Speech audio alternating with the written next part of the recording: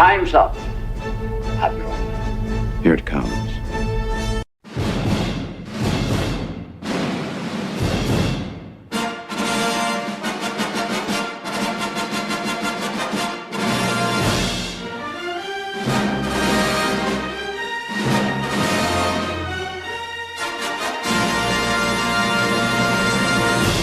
Fade in. If somebody's going to try to blackmail me with advertising, blackmail me with money, go f yourself. But go f yourself. Is that clear? I hope it is. Hey, Bob, if you're in the audience. What's the matter? Take yourself a great big bite of meat. Taste the pleasure of the highest quality pork around. Give me the meat and give it to me raw. Well, we're talking about people who have serious sexual orientation and gender identity problems. And I'm not talking, and when I say sexual orientation, I don't mean, a dude who likes a dude and a chick who likes a chick. We're talking about people who think that they're non-binary and they don't know how to play with their holes and shit like that. Oh, Jesus Christ. You know how much I love Snorlax? I'm going to prove it to you. These are my slippers, all right? Snorlax. Snorlax slippers. I don't give a crap who knows. I'm a grown man, and I'm rocking Snorlax slippers. I don't give a crap. But we don't want Revan touched. No. Agreed. You don't want anything good touched. No. Agreed. Yeah. Because Disney Star Wars is a bad touch. It is a bad touch. Touches you in the bad place. It's a bad touch. Show me on the doll where Disney Star Wars touched you. I need a bigger doll. Oh, God.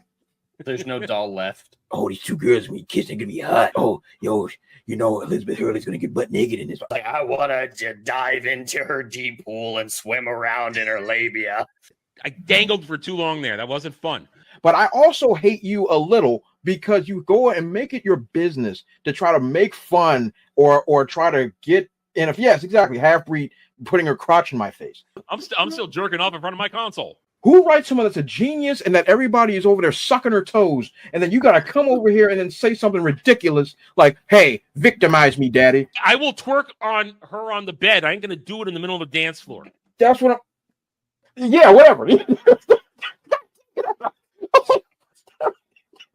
all right. Why?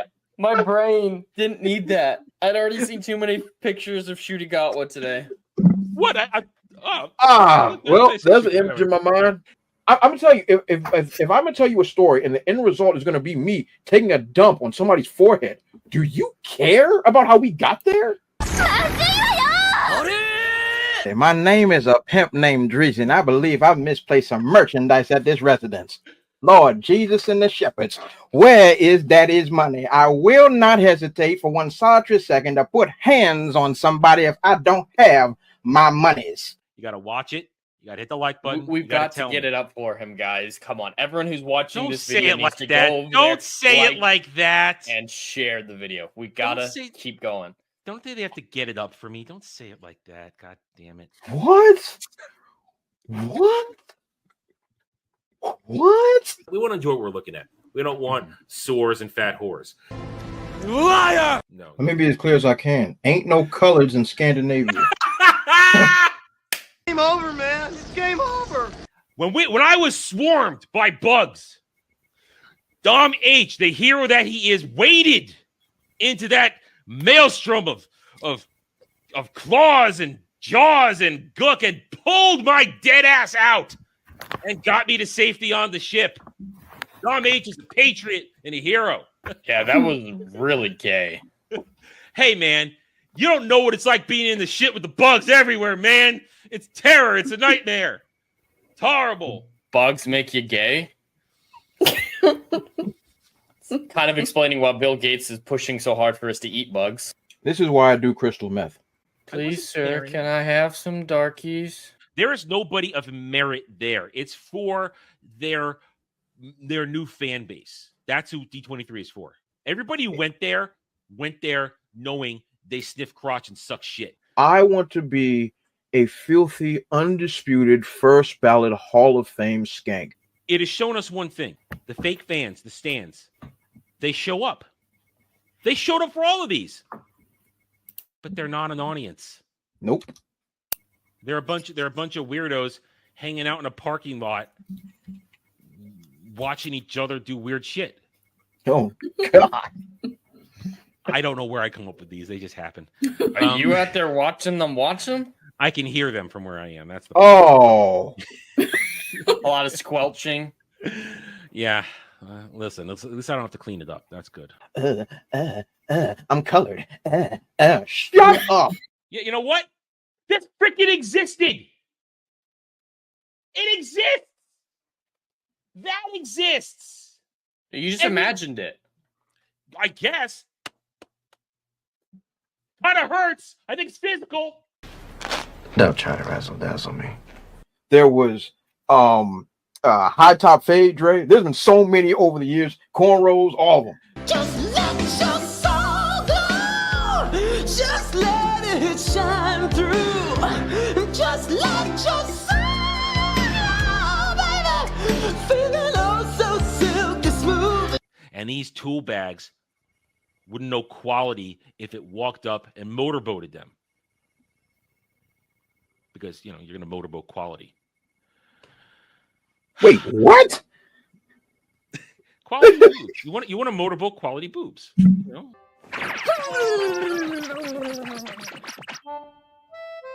we go. All better now.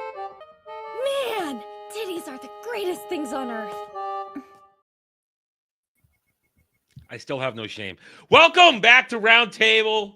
We're back from the first holiday break. I hope everybody had a happy Thanksgiving. I hope everybody's doing okay. I'm still hanging on for dear life, if anybody does care. But we're here to have a good time. We have a very packed show. A lot of stuff happened this week. And if you're joining us this week, we're happy to have you. It's a busy Sunday afternoon. Jed, how you doing from yesterday? Feeling okay? From yesterday? Yeah, I'm I feeling don't know. great.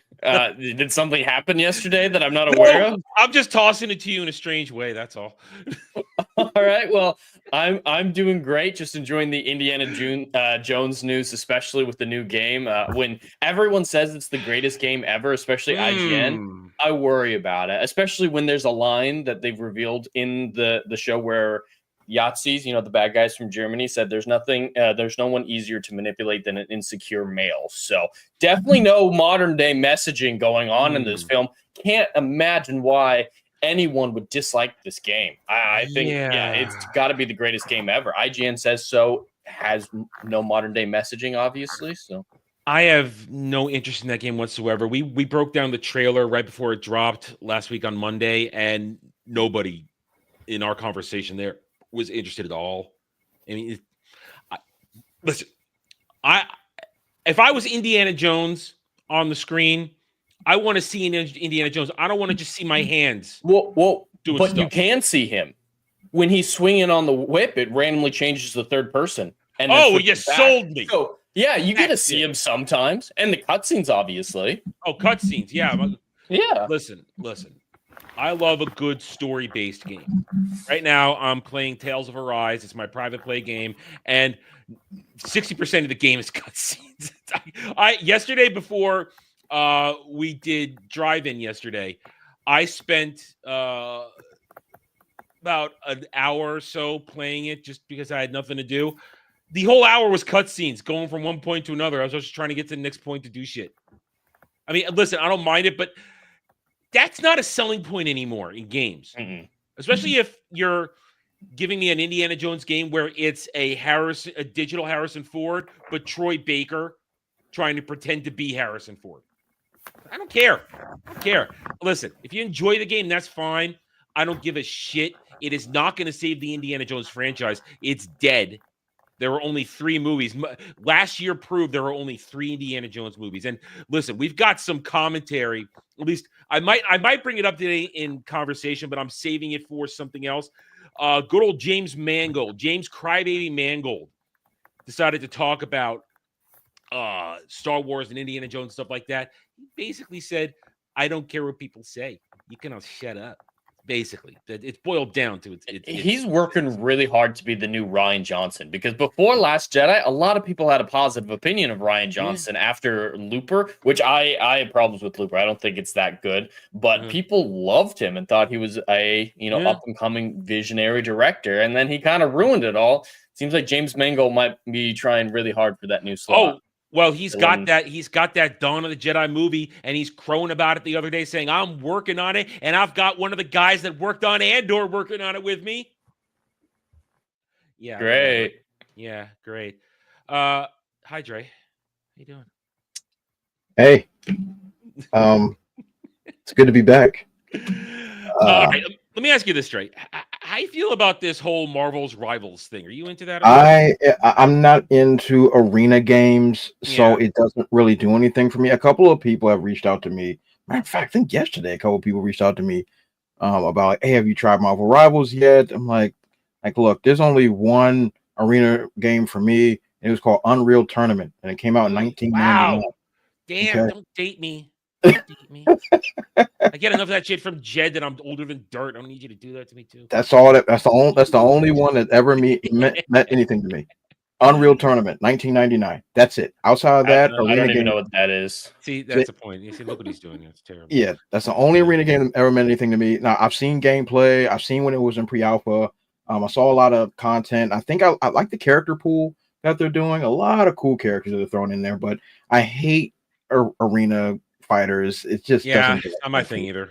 Not my thing either. Yeah. Like if they made this game like Smash Bros or something, then now I'd be on board. Now we got something to talk about. But they didn't. Yeah, I'm hearing terms like China slop being associated with. That's what I'm hearing. It's a lot of mix. Some people are liking it. Some people are hating it. The same with the Indiana Jones game. And some people. I mean, in our circle, it's like, hey, let's play Marvel Rivals? We can do that. It's free. And about a small part of us went, no. Yeah. So, over the break, I finally got my hands on Starship Troopers, and you have to join us next time. Now, I got to tell you, it's a little broken right now. The bugs are insane. Oh, yeah. You can't win anything. Here's the thing: if you've watched any of our Starship Troopers streams, especially as late as Friday night, because we play between FNT and Ballbusters. Right before that, you could get victories pretty decently on all the levels. Hard was still a bit of a work, but yet you could get it. Now, suddenly, on all the basic missions, as soon as you get to defend the Ark thing, the bug surge is great. You have like 12 Tigers, 5 Grenadiers, gunners everywhere, lava bugs shooting. It's insane now. Now it's been like that for going on 3 weeks now, and we're trying to figure out.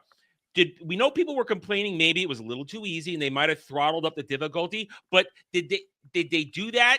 And are they making it an event, but they just didn't announce the event to try and simulate the bug pushback as we were pushing forward in the storyline for the global play? We don't know because it's nuts and it's crazy. It's fun as hell. Now we've been relegated to doing a horde mode because that's the only ones we have a chance at winning. Yeah, I like horde and I like is it AAS though the Arc Defense? Arc Defense. You defend an area, then move on. Like I enjoy that, and I actually personally I like the Hive Hunt. I actually like Hive Hunt. Yeah, it's really hard because it's just 4 people. Yeah, but I enjoy. I think this game is good. It's a lot of fun.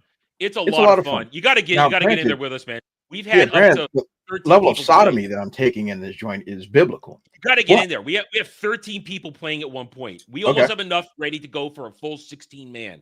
Okay, because this joint has crossplay too, which is it is. Cool. Yeah, we're all crossplay. I'm on PS5. Guys are on PC. Guys are on Xbox. All right. So what you got to do is you got to. I'll tell you later. You got to get in there, join the company, and we usually do it on Friday nights and sometimes on Saturdays when Dermy finally gets enough FOMO that he says, I want to play, guys, and we play it. You got to get in there with us, man. It's glorious. Okay, yeah, definitely. What's your class? What are you playing right now? So I'm trying to get level 15 on all the classes right now. So I've got 15 on Guardian, I've got 15 on Demolisher, and now I'm using the Ranger. Just remember this though: when you get to max 100 rank, you can do prestige, and it resets everything. I found that out because I was my sniper 15. I was like, well, we're doing stuff. I'm not getting any more XP. I'll just prestige. Wiped everything out. I kept all my unlocks for armory and all that kind of stuff, but I didn't keep my levels. So I've been releveling sniper, and with sniper, because I have two great things. One, I have a helmet scanner, so I don't have to rely on people dropping the scanner. So I see all I see are green bugs everywhere, so I can target shit instantly. It's great because when shit's dark. And then later on, I get the Marita XXX, the big ass cannon sniper rifle. But so I lost all that, and I've been having to re-get it. And it's like, and I realized I'm a peon. I'm a lesser citizen again. Yeah, it's terrible, but it's a lot of fun. Yeah, we got to get you in there, man. It is. Yeah, definitely. Because awesome. I enjoy it. That game is fun. The boys are gonna love it. The boys are gonna love it. Hi, Dragon Lady. You just play Sims. You don't play bugs. So how you doing? No, I don't. No, I've never been into Starship Troopers. I know the song, but I'm not very familiar with the films, unfortunately. So. You only worry about the first one. We don't care about the other ones. Yeah, there are more than one film. The other two are terrible. We don't. They don't exist. I think it was 3 that went straight to DVD back in the day. Really? Yeah. They're at the end of it, they're naked inside these giant mechs, and it's weird. That's very. Was that the animated one? They got naked. No. It was the regular one. I mean, they should have been mechs the whole time. In the books, they were in mechs from the beginning. Yeah. But where's the fun in that? Kaiju size mix. I don't know. Okay, not kaiju size, just like power armor type thing. Yeah. No. Yeah. Sorry, so Dragon Lady, how you doing? I'm doing all right. Went to see Wicked on Tuesday night. Very much enjoyed it, despite the Snow White trailer being played right at the beginning. It's even worse on the full screen. I just basically went on Twitter for 4 minutes, ignoring that completely. I enjoyed Wicked other than that horrible you trailer. And everybody else, and we're gonna get into that in a minute. No, you and everybody else enjoyed it. Everybody enjoyed it. Listen, it's just despite the weird marketing. Yeah, I thought that was a bit odd. Like, why would you want to go that direction when it's a massively popular musical? So we're going to talk about that in a minute. We're going to start off box office roundup because it's our Sunday privilege. Before we do that, hail and howdy to everybody in the chat. I hope you are all doing well, even though some of you I know were up late with us last night playing Warhammer 40K Dark Tide. I was generously gifted that, so I played it last night with the boys. It's fun. It's fun. It's the problem is when I started it, I was in a Starship Trooper mode mentally, and it's two totally different things. So I had to adjust how I attack the swarms of chaos coming at me. But hail the goddess and Algrim the strong, my mods here to keep the peace. One likes me, one tortures me happily. Hail Dom H, who was there last time with us, and Dom H is a patriot. He saves me a lot in these games. Hail Huzzah, son of Joxer. How are you, my friend? Hail Ruben X, who does also join us when we play Starship Troopers sometimes. A lot of fun going on down the list. Hail Fernandez T, taking advantage of the emotes, the few emotes I have. I guess because I crossed some thresholds, I probably should add some more. I just copy them from other GIFs and put them up there. It's nothing creative. And speaking of that, we'll get to that in a minute, though. It's December, so that means more free memberships. So we'll dole those out in a little bit in between segments. And hail howdy everybody who maybe isn't chatting and just watching. We're happy to have you here. It's a busy Sunday afternoon, a lot of other streams going on, and we appreciate you joining us, whether you're watching live or on the replay. Let's get started. We have a busy show for you. We've dicked around for 20 minutes now, but we have a busy show for you.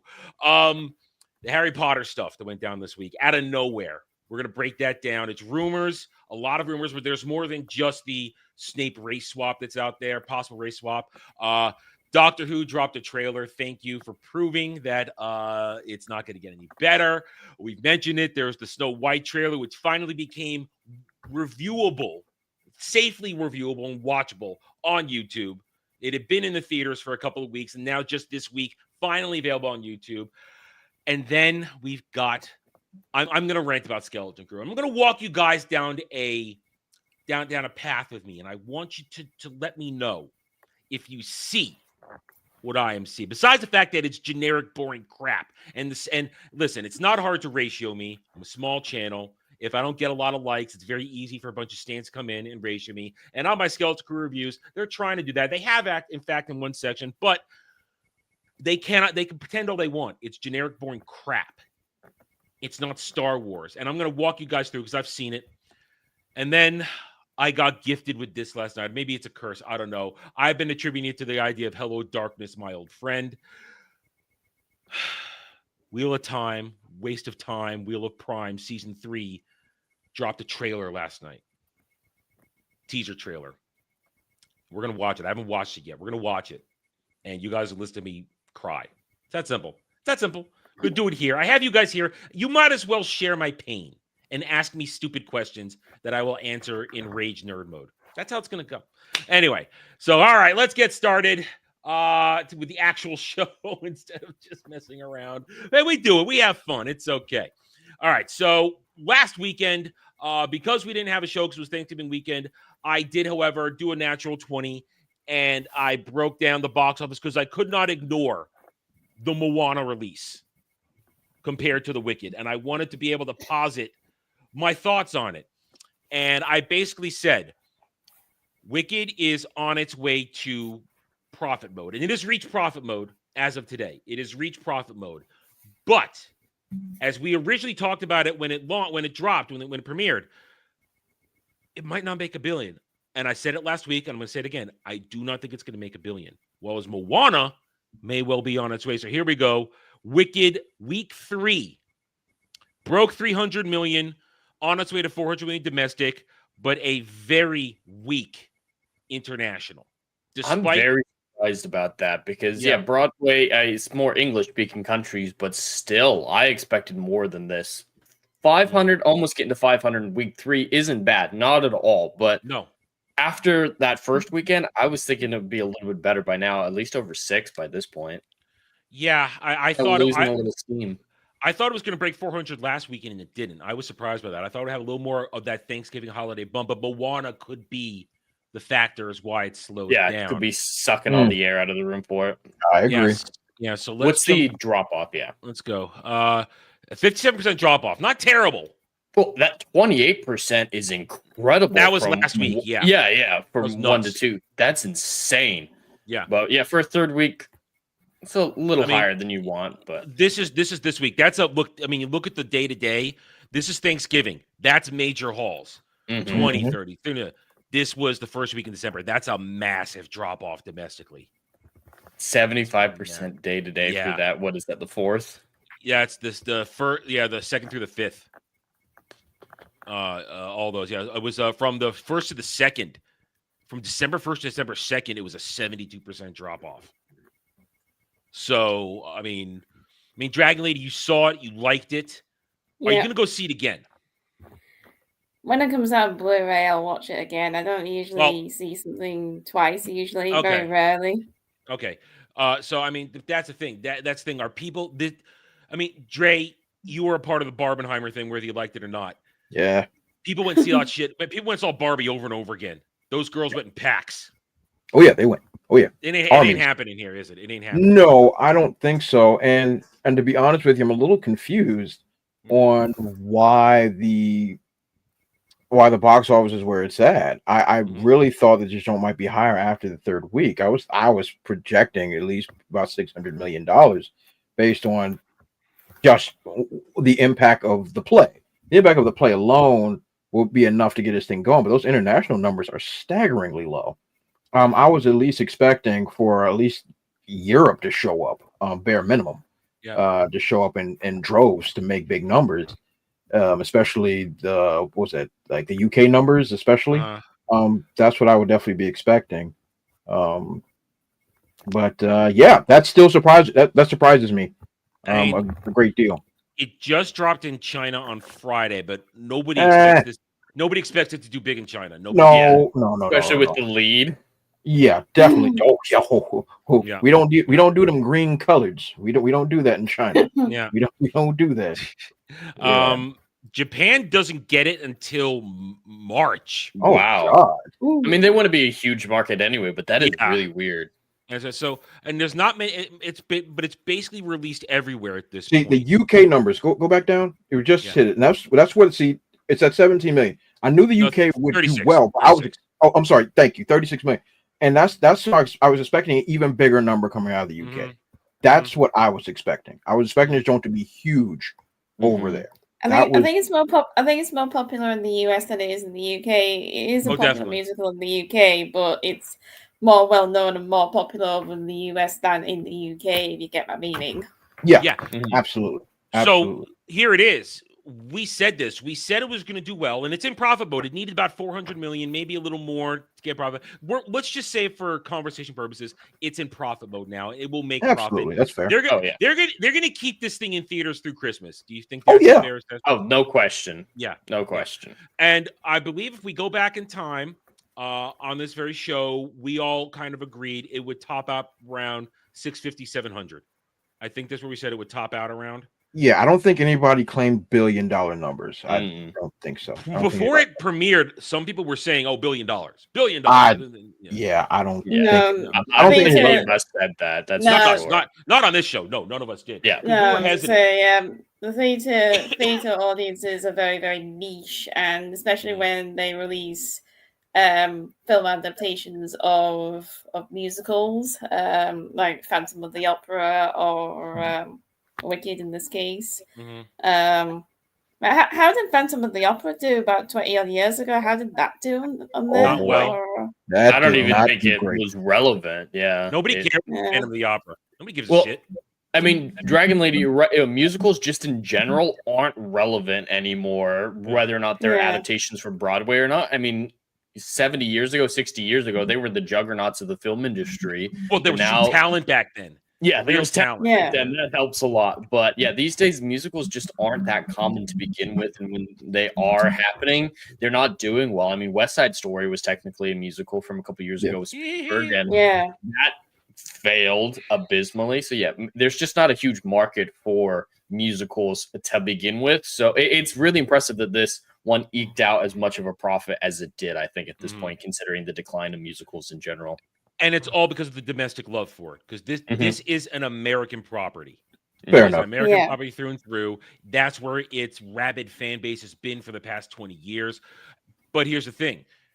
Once again, to compare it to Barbie, it doesn't look like they're going back and seeing it in packs over and over again, because what I think they're doing is, and this is just a guess, because I don't have a girlfriend or a significant other who has made me go see this, so I can't either particularly speak on it or know what's happening post. But my guess is everybody's going to see it, but then they're getting the soundtrack and they're more interested in singing the songs.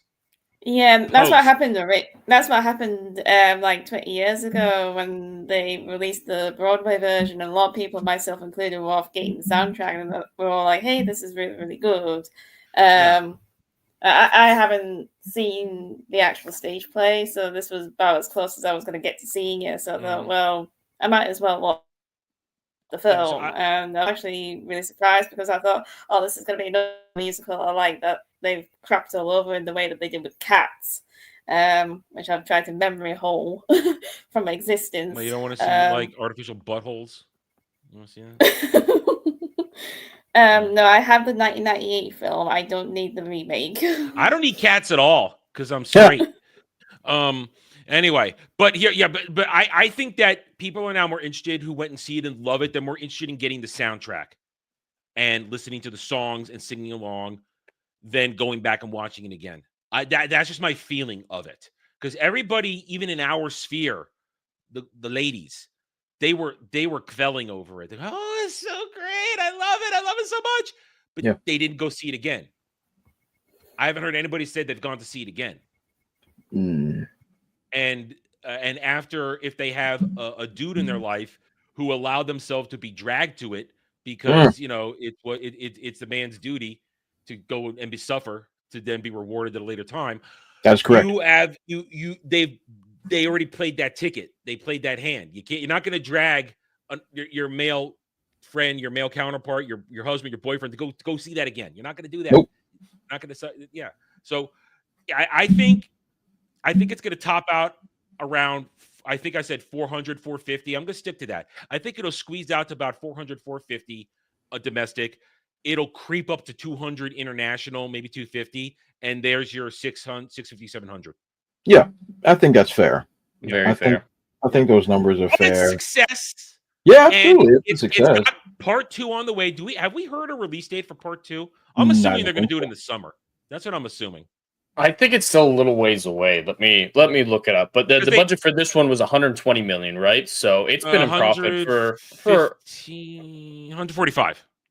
145. So yeah, it's Plus, just barely in profit. The rumor is it was 100 million equal to that for marketing. I can believe that. Now they filmed both parts back to back. So when they release the other one, it's done. It's coming out. And November 21st of next year. November. Wow, they're going a whole year? Mm-hmm. I think they're literally a literal year to year. I guess Wait a they're going to minute, make on that Thanksgiving bump again next year. So I'm honestly shocked it's not 2026 because movies don't come out year to year anymore. Yeah. But it was filmed back to back, so I'm going to assume that the film's budget for this film is not being factored in for the second film. That's what I'm going to assume. It's basically the same, I think. 145 for the second one, I think. 145 a piece. Let's just say hypothetically. So let's say $145 million, and then there's $100 million in marketing, and of that, I can agree.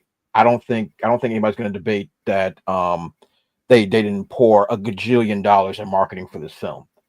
It was freaking everywhere, not Barbie everywhere, but it was well covered. Yeah, well covered. They need the actresses to not do press tours, and their marketing perfect for what they needed. Yeah. They weren't going for a full Barbie. I don't think it was quite ever going to be at the levels of Barbie, but their marketing was very good for what they were trying to achieve. It was just the press tour with the actresses that was just cringe. Ariana Grande crying at every single interview over nothing. Mm-hmm. And then the other lady getting offended by everything. It's something wrong with that black girl, man. I don't know what's going on with it's maybe so many piercings has like allowed her good sense to be out. I don't know. I don't know.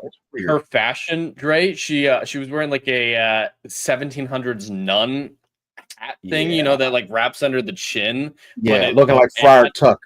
Yeah, it was that plus the Sherlock Holmes hat, a deerstalker, black. It was wild. And I believe there was also discussions that some of the marketing was that kind of marketing where they don't pay for it. It's like an agreement to get stuff. Now, Mattel, I believe, is being sued for the whole. Well, they're not being sued because they did it. They are getting sued because they refused to refund people emotional damage. Specifically, I was going to say, did it? Oh, I was going to say, did they not even actually read the book? The book was quite spicy. Anyway, so anyway, so Wicked, it's done its part. I think it's going to start to fade from the news now because it's not a billion. But here is what is not fading: Moana. Jeez. Look at that! Look at those numbers. That is split. Shit. Unbelievable. I've never seen a perfect split like that. And I wagered. I needed to see how it did this weekend for $1 billion. This thing's going to hit $1 billion. I absolutely agree with you. It's second weekend, right? Yeah, it's 600 this week too. Yeah, let's jump it. It's got it in the bag. Look at that. I mean, that is a pretty big drop, though. But it's a good hold. It's the international. The international's coming now, and listen, that's a bigger domestic than I expected overall. I mean, it blew over 200 million last weekend. It was. I didn't even know this shit was coming out until halfway through the week. Yeah, I know. I mean, here's the thing. I said this last week when I talked about it. I never watched Moana 1. I didn't care about it. I have no finger on the pulse of the Moana fan base.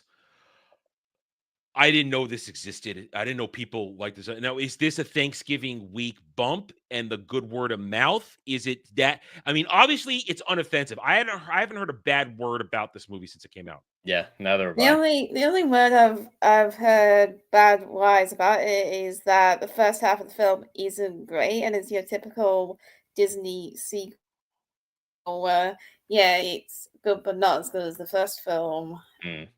Because supposed to be the TV series and Disney Plus, and I'm wondering if that's probably the main reason why it's not. Yeah, that's a lot of should have been. that was one of the things that people were saying it might not do well because it was a repurposed TV series. But here it is. This thing only had a budget of, I believe I looked it up, something like around like 150, I think, between 100 and 150. It was not a large budget. This thing's in super profit mode now. Oh yeah, it's making money. There was no marketing. So it's like a minimal marketing budget. This thing is doing well on word of mouth alone. And hey, Disney got to win. Yeah, and people really like the first movie. Now, personally, I don't really like the first movie very much, but it has a huge fan base. The first Moana has a huge fan base, especially ladies. Ladies like Moana. A lot of ladies like Moana. See, Dragon Lady has spoken. So I'm like, a lot of ladies love Moana, but I mean, hey, it makes sense. It makes sense, and it's from what I understand, it's not offensive. Yeah, it's not dropping all the woke cut your penis off nonsense. None of that foolishness. It's just a fun movie that is focusing on Polynesian culture again and just having fun. And once again, what proved that earlier this year was Inside Out 2. Inside Out 2 made a gazillion dollars because they made movies for families. Made movies for families. They're going to come. They're going to spend their money. You take all that freaky deaky hooty dooty nonsense out of it, the families are going to show up. And once again, they're doing it again. It's a proven method. They just got to keep doing this, and they'll be fine. Well, I watched. Yeah, they're not. Go ahead. So I watched Moana 1, and I was kind of with you, Dre. It was fine. I was just glad it was better than Frozen. That was my benchmark. I think Tangled is the last great Disney animated film. I like Tangled. I like it as well. And now Zachary Levi has a whole new breath of fresh air being a voice actor in that one now. But what I was going to say is, like Dre was saying, we're starting to establish a pattern with Disney. 2 isn't quite a pattern yet, but we're beginning to see it. Do you guys think this is them starting to learn, at least in these types of films? Obviously, there's still there are other departments like Lucasfilm and stuff that's going to be completely divorced and keep doing their woke shit. But we're starting to see some consistency when it comes to the Disney animated studios.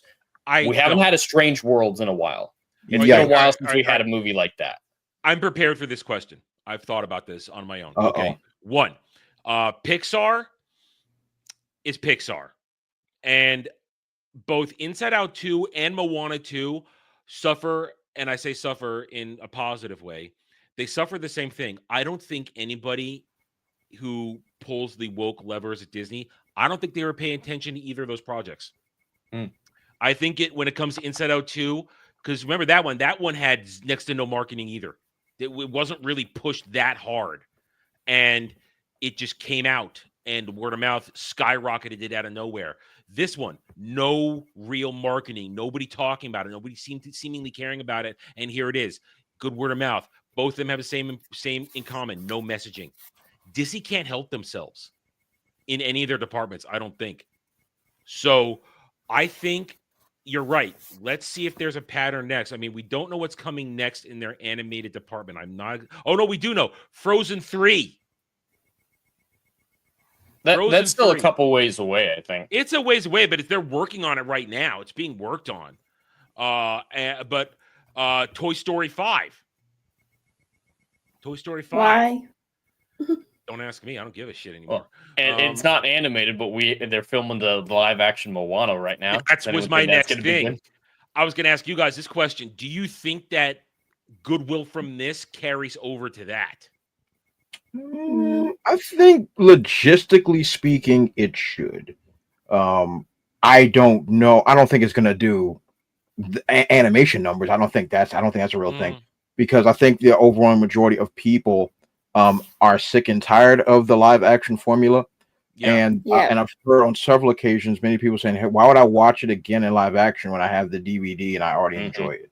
And so so it's not going to do those type of numbers, but I think it's still, well, depending on the budget, because The Rock costs a lot of money. Depending on the budget, it could still might make a little bit of money, but I think goodwill will carry, but it won't make nowhere. It ain't making nowhere close to this kind of money. Nowhere. And it's the same question that we put when we talked about How to Train Your Dragon. Why am I going to watch a bastardized version when I have the DVD? Exactly. But now here, Jed, we might have the third animated. They call it live action, but it's freaking CGI in 2.5 weeks. Mufasa. Yep, that's what I was thinking. Yeah, Mufasa Ain't coming up. At nobody least finna that watch one. that. At least that one's not a direct remake. I No. think it's a little bit better than the actual Lion King. It's separated a But little I'm bit, sure but they're there's- bastardizing the story. Mufasa's Yeah. not even the son of the king. He's adopted and takes Scar's rightful place as prince. That's weird, not okay. man. There's gonna be messaging in that movie. Yeah, there will be. So and that's and they say live action. It's entirely CGI. You cannot call it live action. The entire movie is a CGI monstrosity, which will be followed in March by Snow White. Oh God. I mean, Disney had its victories this year.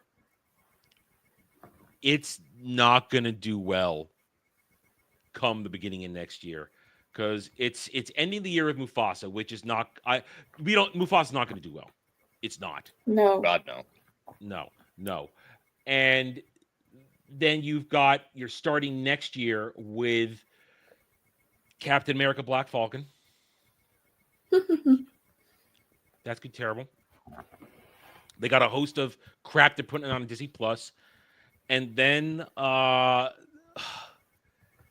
this is perhaps the most hated movie in current modern cinema history. Not only because of it, but because of Rachel Zegler. Oh God. Here it is. Yeah. That woman's a nightmare, man. The woman is a nightmare. Oh, it's gone more forward. Okay, but so we're gonna look at it just because I want to make us suffer because it's funny to get our reactions to it. Have we all seen You don't it? deserve this. No, I I know don't I think saw I've it. seen it. Oh, okay. So that means Jed, and by Dre's expression, he hasn't seen it either. No, I don't hate myself. Oh, well, you're gonna hate me. So let's do it. I'm going to? Oh, shut up. This was my father's kingdom. A place of fairness. But the queen. A place. Turn this off. Fairness. So the leaks were true. Fairness isn't going to be about beauty. It's going to be just rulership fairness. Yes. Oh, she ran away. Coward. Coward. Change everything. Take him away, Your Majesty. Okay. And there's Jonathan. And there's the huntsman, I think. I think that's the huntsman. Yeah, the huntsman's on the right and the dude in the middle. He's replacing the prince, I believe. His name's Jonathan. Yeah. That's what we know about him. He's a freedom fighter. All right. What did you say? The people need some kindness. You know, I really don't remember you being this opinionated. She wanted to say bitchy. Oh yeah.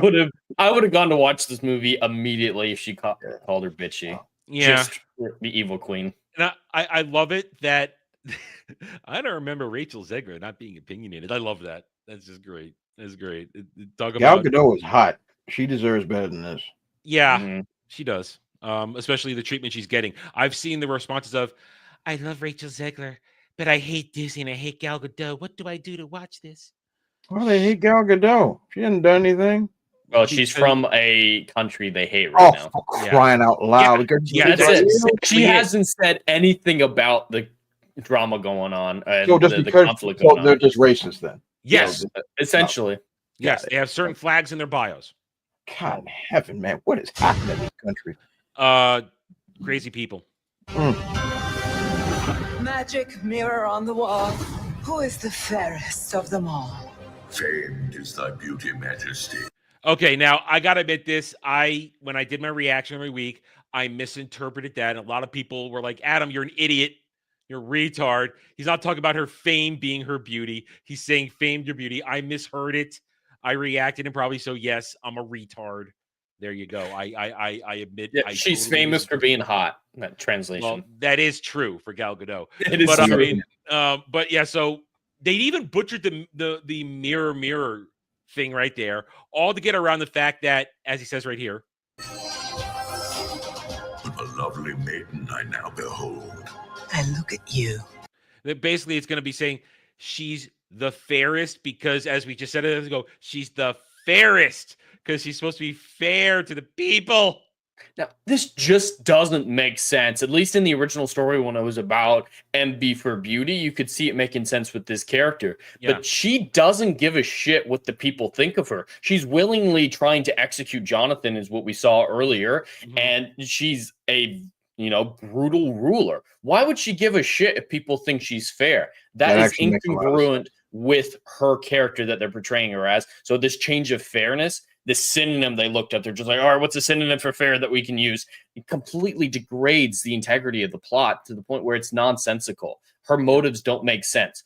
This woman would not give a shit if people thought she was fair. If she did, she'd be out there trying to at least play act of being fair, trying to be merciful, trying to hand out bread like Snow White just did a moment ago. But she doesn't care. She puts no effort in, so obviously she's not seen as fair. It's moronic. Jed, you're making too much good sense, my friend. Too much good sense. Damn, she looks good right there. Oh my God, look at her. You're That's gonna a tell me, God, Jesus Christ, why is she in this movie? She is too Money. bad for this. She got paid. Oh my God. Oh my God. And I just want to be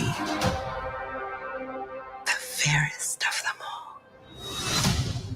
The queen is evil. You must flee into the woods. Whoa, whoa, whoa, whoa, whoa, Yeah, you want to go back to that? Go back to that. Did it just be Smirch, the huntsman? Now he's a punk? Is this what we're doing now? Did I miss something? Look at his outfit. What the heck is going on? He looks like a slave that's a baker. What are we doing?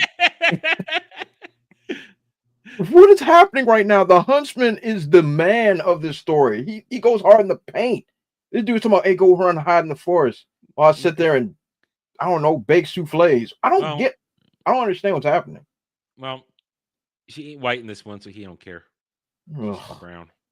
Anyway, he ain't asking where the white women at. All right, going She's on. not fat enough for him to care. Nah. Yeah. So now we enter the CGI. Are you ready for the CGI nightmare? Let's do it.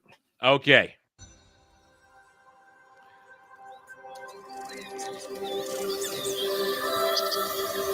My parents always said this forest was a magical place. All right, now there's a lot of hate. There's a lot of hate going at the tortoise right now. There's a lot of hate out there on this tortoise.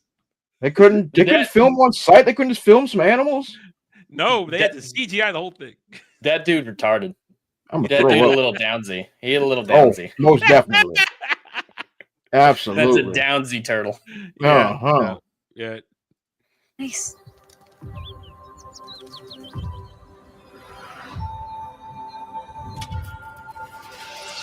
Hello? Is there anybody here? I'm just pausing. Oh, here they come. Are you ready for nightmare fuel? Have you seen the dwarfs before, Dre? No, I've made it my business. Not bring my eyes on nightmare this. fuel. This is nightmare fuel. It's really bad. It's bad. It's bad. Hi ho, because she a hoe. Oh, she is. She belongs to the streets.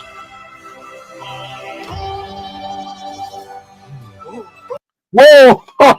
Whoa! Whoa! Oh! CGI. What are we doing? Thank you, Peter Dinklage. Yep, we're gifted this because of that little man. That might be the greatest gift he's ever given us. Yo! Hey, Yo! All right. Here, gotta get the full breadth of it now. Here they come.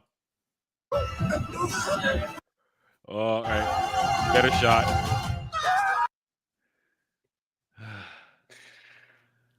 What as a society, we can't allow this to happen. It's happened. As a people, this is wrong. Yes. Morally wrong. What? Oh God. So the sole fact that we can't have midgets on TV. Oh, I can't say that word anymore. We can't have little people on TV anymore unless they're being exploited because they're dating somebody. We're gonna have to make CGI monster demon babies. So to appease who? Who are we appeasing with this? I don't know, but I'm way taller than they should be. I'm thankful for it. All right. This is wild. This is wild. You know, here's the funny thing: the humanist one is dopey. Yeah.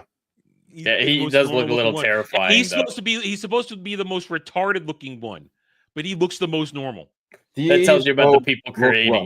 him. But I just want to Wow. look back at Willow. Willow understood how to make, dwarf actors look incredible, brave, and compelling. We just need, Ron Howard to make Snow White with his original Willow crew. I'm still very confused on why we can't have little people do these roles. I'm Because very Peter confused. Dinklage is the king of little people, and he said so. Yeah, But- he wants to be the only little person in Hollywood. He got cutting his out the millions. ladder He doesn't behind give a him. shit. Oh, he's got paid. Yeah. But I'm just saying, like you just made perfect reference. Willow done very well, excellent. I love Heck, Willow. I like all these all these films and movies from like late 80s, 90s, 2000s, heck, that featured a great deal of little people. It's masterful. But you're going to sit and tell me that, let's see, seven dwarfs. So 7 little people are missing out on work, and now they have now ballooned their budget to quintillions to breathe these demons to life. This thing is in the 300 to 400 million range. At least, yeah. Yeah, let's keep going. It gets worse.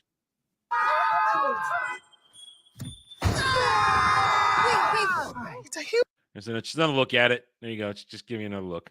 All right. Grumpy's a little What did you terrifying. think I was? Nothing. Ghost. You'll be safe from the Queen here. The Queen stole everything from all of us. We're gonna need your help. What? Pause. She's making the. Go ahead. Go ahead.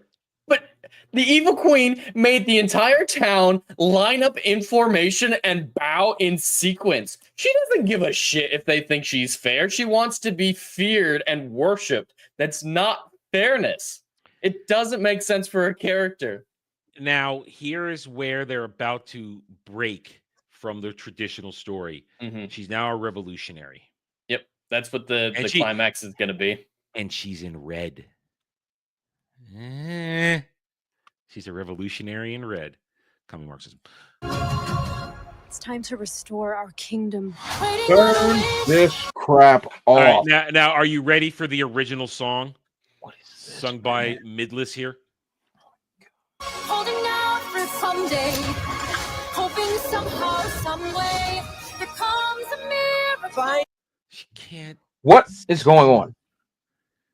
She can't sing. What do we? Okay, first of all, this girl sounds like a freaking duck being beat to death by a goose. Let's get that out the way. 52 minutes. What All right. does that mean? That's exactly what she sounds like. That is what she is. What a disaster. What a disaster. And let me guess, this song is going to be all about I'm an independent woman and I finger blast myself. I know, I get it. I get it. Jesus Christ. I get it already. And let me guess, the dude who was already pretty much non-existent in this film anyway. Yeah. Why is he here? Why is he here? Ain't no kiss gonna resurrect her. I doubt I can it. guarantee it. Yeah, a kiss from him Oh. will wake her up. Oh, that's not happening here. I wouldn't be surprised if she doesn't even eat the apple. I'll be Oh surprised. no, they show the apple. We're gonna see the apple. They do show the apple, but they don't show her eating it, so she might not eat it. She ain't gonna eat it. She ain't might gonna be eat the smart apple. enough to figure it out. All She's gonna make the evil queen eat it. She's gonna fall into a dreamless sleep, and then Snow White's gonna kiss her and redeem her. And the evil queen's gonna see the error of her ways and. Oh, I like where you're going, Ted. I feel it. I feel that right in my plums. Look how enraptured he is here.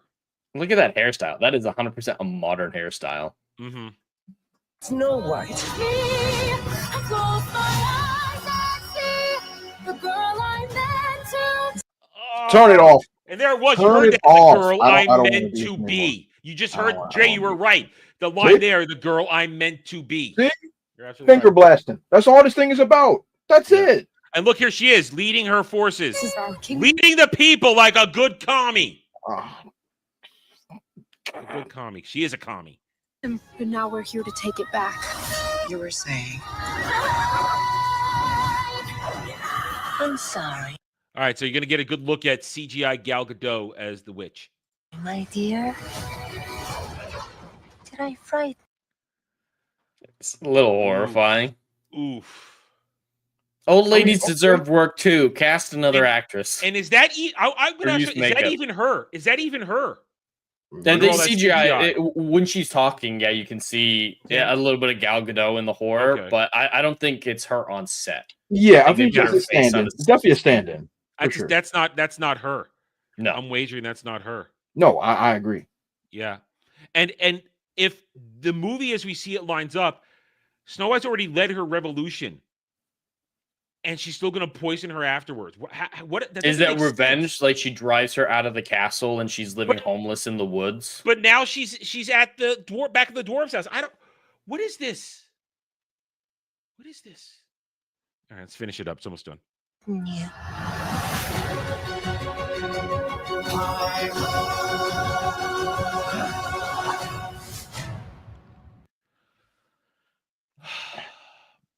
This is gonna be fun. You see, It's this be is the so problem. bad. This is the problem with modern society. Disney has got to be the most absurd company in the history of humankind. This is the only company I know that can, snatch themselves from the jaws of victory straight to defeat.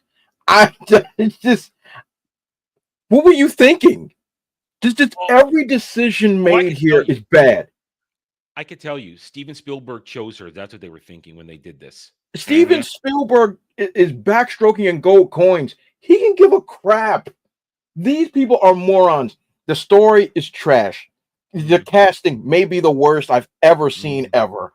There are no dwarves in this movie. It's just animated demons. They turn her into a commie revolutionary with the red, which is just absurd to do that. Gal Gadot's hot, so I don't know why she's even here. So I'm just what are we doing? There were rumors initially that they were going to use the word dwarf because of the whole Peter Dinklage thing, and they're going to be called magical creatures. So it's more accurately Snow White and the 7 magical creatures. Be ready for her just to randomly say that I'm going back to the cabin to see the magical creatures. Everyone, listen, their editing is probably so bad. I wouldn't be surprised if that slipped through from a previous shoot. How is the word dwarf offensive? Dwarf is offensive now? There's nothing that's not offensive except for I'm cis just white confused. man. The dwarfism is a literal condition. I don't. These aren't even dwarf. This isn't dwarf. These are a race of beings, fantasy beings, dwarves. I can't with these people.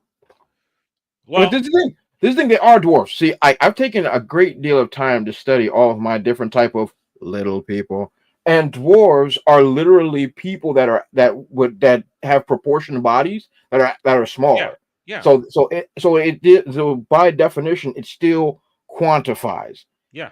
Hire my little people. Hire my little people. And here's the thing: who are going to be the stand-ins for those CGI captures? I have no idea. I guess they'd have to for eye purposes, unless Rachel Zegler was looking at people's crotches. Oh God! Just a bunch of tennis balls with pictures taped to them. It's like this one's grumpy.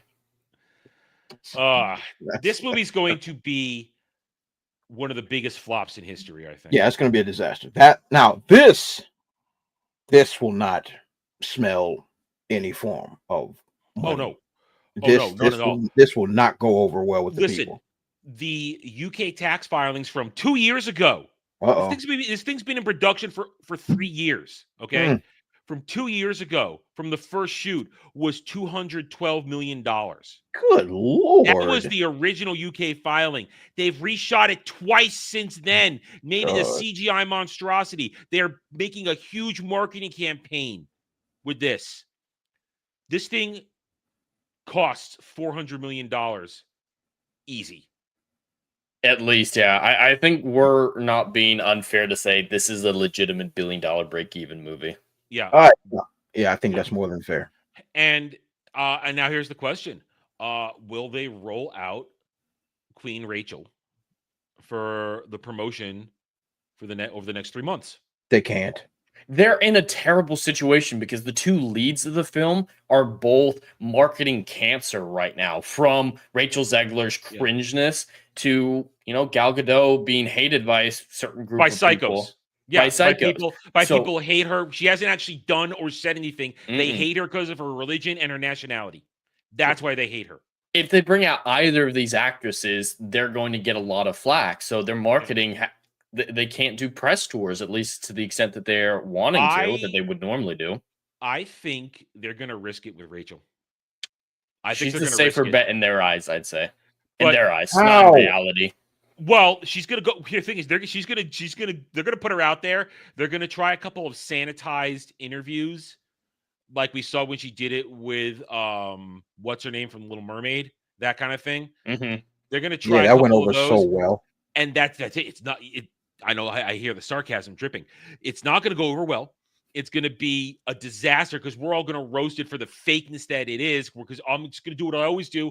I'm going to play the clips and I'm going to roll out everything else she's ever said or done in comparison. Because we do not live in a void bubble where her past words and actions do not exist. So, but then at one point, they're going to do the sanitized stuff. She's going to get stopped on something, or they're not going to keep an eye on her social media. And she's going to pull a Zegler. And it's going to be like probably 2 or 3 weeks before the for the premiere. Because listen, they can't not have them both at the premiere on the red carpet. Mm-hmm. The premiere, at least, yeah. And do you think the walking morons, the drooling shills, are not going to say something that's going to give her a window to go activist mode? I mean, Gal Gadot, she's a professional. She's going to walk there. She knows how to play this. Mm-hmm. Not the problem as a normal person. Zegler is going to walk out there and she's going to say something stupid. Or people are going to notice how she doesn't want to stand next to Gal Gadot or some shit like that again, like she did at D23. They're going to notice that, and it's going to be a disaster. And then this movie, opening weekend, we're looking at the Marvels level fail here. Opening weekend. I think this thing may get 100 million. May get 100 million. I don't think it does anything internationally. Nothing note. This thing is going to be the biggest flop we've ever seen, and I will be there for it with bells on. Be glorious. I will suffer it for your Deborah. I'm going to watch it. I'm going to review it, and we're going to talk about it. Guaranteed. We can't not. It will be. It will be like it's going to be the news on how bad it's going to be. So it's glorious. But if we're talking over glorious failures, let's see, where do I want to go next here? We'll save that for after. Before we do that, though, Dom H for 5 gifted memberships. Thank you, Dom H, for the support as always, my friend. You can catch Dom H on a lot of the live streams I do gaming. He joins us for the co-op stuff. You can catch him there, hanging out with us. A lot of fun. A lot of good times. I thank you, Dom H, for those 5 gifted memberships. You know what? Let me do it myself here. Let me get it up real quick. Hey, shut up. Shut up. I didn't mean it like that, you perverts. Said it. Said it. I know I said it. Shut up. I wasn't ready for it. You know. Ooh. That's what she said. I know. I'm walking in deeper and deeper to the problem here. I know. Let me get it up. Let me bring it up here because you have to do it from the actual chat window if the chat would load. And because you find people are here and it is the beginning of a new month for this weekend here, here's some gifted memberships. Boom. There you go, guys. There you go. Here's some free gifties. Free gifties to the channel. And what you get when you join the membership section of my channel, you basically get dozens and dozens of hours of me gaming. Previous gameplays. A lot of fun. You can just put it on chill. Nice, fun stuff. Watch me melt down. Watch everybody make fun of me in the chat for not dodging or falling off cliffs or whatever. Doesn't matter. I'm a good gamer. God damn it. Anyway, so there you go, guys. Enjoy those gifted memberships. Hope you guys enjoy it. Okay, so now it's time to make Jed suffer. Because What's new? I know you've seen it, but we're gonna watch it anyway because I need your reaction to it. We have in a couple of short weeks, myself, Jed, and Jeremy will reconvene for Doctor Who Cares reviews for the 2024 Shooty Got What Christmas special because that's what it is. It's not Doctor Who. But we got a teaser, a 1 minute, 12-second teaser that in a 10-second point in that breaks so much lore. It's mind-boggling what they do here. All right, Jed. Let's have some fun. Let's warm this up. And there's other news to go with this too. So let's go. Is this Christmas? Yes, we're doing a special Christmas everywhere all at once. Everywhere all at once. It's that remember the premise of this is that it's a hotel that has time travel doors throughout time, because as we broke it down when we watched that clip, they're stealing energy to make a sun bomb or something like that. I don't know. Now, when we watched Ballbusters, somebody in the crew said that Shooty and this dude are going to have sex at some point. They were sure of it. I don't know. I wouldn't be surprised. I think it's more likely he has sex with the lizard man, the Silurian. But Whoa. Dre, he's gay. He's gay. Oh, right. Got it. And he wants you to know it every single frame. If you don't come away knowing he's gay, he said he failed. Ham and cheese toasty and a pumpkin latte. Who are you? Wrong room. I want to point this out, and Jed can corroborate this. He doesn't have a doctor uniform. Nope. And they changes try- his outfit all the time. This is what it was supposed to be: this leather trench coat and the shirt, and he did have suspenders before. And So those this is a variation of it. The original one is an orange T-shirt, like a bright orange T-shirt with the leather coat. Yeah. So they premiered him in this outfit, but then he never wore it for the whole season. He wore it for the first Christmas special, and I think that was it. Yeah, and like for a second too. We didn't wear it very. Yeah, long. it was with the early bits of it. Yeah. Blinking, you miss it. Blinking, you miss it. But so he's gay. He likes fashion, so he's always changing to show off his fashion. He's got a lot of jewelry on too. He does. Every single one of his fingers has at least one ring, I think. He's got like 2 necklaces on, something like that. Mm-hmm. I'm surprised he has no ear piercing. Surprised about that. Yeah. We are on a top secret mission. What? Who are you then? Joy. No, she's fat. That's what she is. Bridgerton chick. What name, Joy?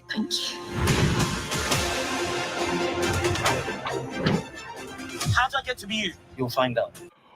Uh-oh. Let me stop on a better frame, though, so we can have a nice rant. Who are you? You'll find. Jed, how many rules does this break?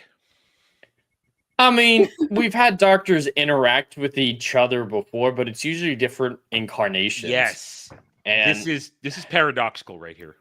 It's definitely paradoxical, and you need to usually have an explanation for it. And Time Lord minds can deal with some of the memory paradoxes, like one thing that's established in the multi-doctor specials to avoid the, everything that's going to happen, so just tell us, is the younger doctors can't retain memory of interactions with future doctors. The most future doctor can retain all the memories. It's just how Time Lord minds have evolved to handle situations like this. But yeah, meeting your own regeneration comes into a problem revealed in the Father's Day episode of season 1 of New Who, where with the regeneration, you can touch your other version of yourself because it literally all your cells have changed. So it's not a, the same matter cell, occupying same matter occupying the same space. That's okay with regenerations as long as you're different incarnations, right? But as Father's Day establishes, you can't touch yourself, or it creates a paradox. Now, that universe was already vulnerable because Rose saved the life of her dad. So that one is an extreme case of what would happen. But yeah, it is very rare. And it has to be explained in excruciating detail. I have a question. They're not gonna, dude. This is Stephen Moffat sniffing his own farts. There's no way he's gonna explain this properly. Wait, hold on. So he's in the hotel, and there's another him in the hotel because of time travel? A future him. Yeah. That's the assumption. It could be a clone or a hologram or some shit. There could be explanations for this. That's why I didn't focus too hard on it, because we have seen doctors interact with themselves, explained later, like Matt Smith in season 6 of New Who. He had the clone version of himself, the Ganger duplicate. And that was revealed in the trailers, I believe, and people freaked out about, but it was later explained. So I'm not harping on this too much, but if we watch the episode, it's like, yeah, this is just him who stepped through a door at a different time, and he's like just a little bit that's ahead, what it looks and like they to me. touch. That's why that's going to be a major I'm harping problem. on it, because this is breaking the rules. This is the same doctor. They don't interacting know with the himself. rules. It's Moffat. He should know the rules. He should. Moffat, if anyone knows him, it should be him. Because Moffat wrote this episode. So this is already bad, but it gets worse. Let's listen to him talk to himself. Find out. What do I do? Where do I go? We'll find out. Oh, do you see? Wait, go right there. Hang on, let me go right back that. You could see. It is just a future moment here. You see? Damn it. Stop it. Stupid double clicking. I want to get to the point here. All right. What do I do? Where do I go? We'll find out. See right there. There's Fat Joy. So it's there's just the second Joy. That's Fat Joy. So it's just him a little bit ahead of them. There's no way they're going to explain this away properly. It's going to be a disaster. All right. Oh, do you see? You have to be mysterious all the time. That's why everyone leaves you. I hate that. That's the part of the trailer that I hated the most. Him acting him acting like being mysterious is his problem. No, that's why people like him. That's why people are fascinated by him. There are 3 reasons people leave the Doctor. 1, they die. Mm-hmm. 2, they learn the lessons they needed to learn about themselves and are ready to move on from him. Mm-hmm. Or he pushes them away because he can't get close. He don't want to get close. Yep. That's it. It's not because he's mysterious and doesn't tell him anything. That's bizarre. A bizarre explanation. Because Ruby, she left because of trauma to her family, kind of like Martha, right? I memory holds his. Ruby his left season 1. because now she had her Ruby, whose mother, who was actually a nobody, because Ruby's actually a nobody, went back to actually build her family back up. Okay, That's so yeah. it. Very much like Martha rebuilding from trauma. So that's not because he was mysterious. That's because bad shit happened. That has nothing to do with it being mysterious. I think we could bring out every companion and talk about why they left, and not one of them would be because he's mysterious all the time. Nope. I can't think of a single one. Death is probably one of the most common ones. Yeah. Sarah Jane is a great example of being pushed away because he literally just abandoned her in the wrong part of the country. And never saw her again, or at least for, as For Tom Baker. Time. Yeah. So, I mean, once again, Moffat should know better. Moffat, because he wrote a lot of those characters that had those tragic moments in New Who with him.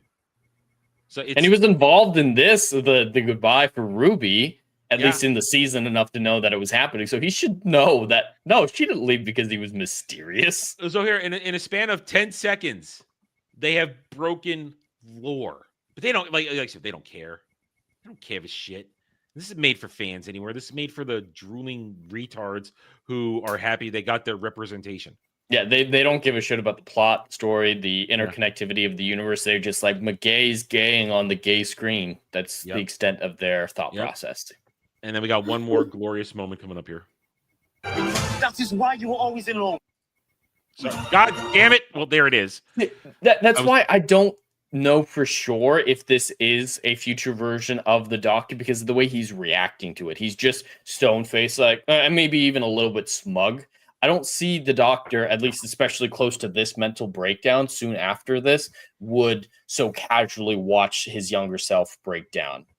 This version or any version, I just feel that smugness isn't in line. So either they've completely forgotten how to write, which is possible. That's definitely possible. They forgot what was going on, or they're just like, oh, we don't know what to do with them, so just stand there. But I think that at least makes me question whether or not it's just a future 10-minute from now or however long from now version of him. I'm bringing back.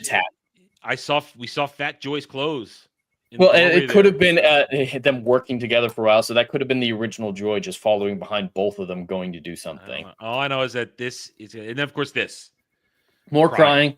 More crying. Is there an episode he didn't cry in? The one he wasn't in.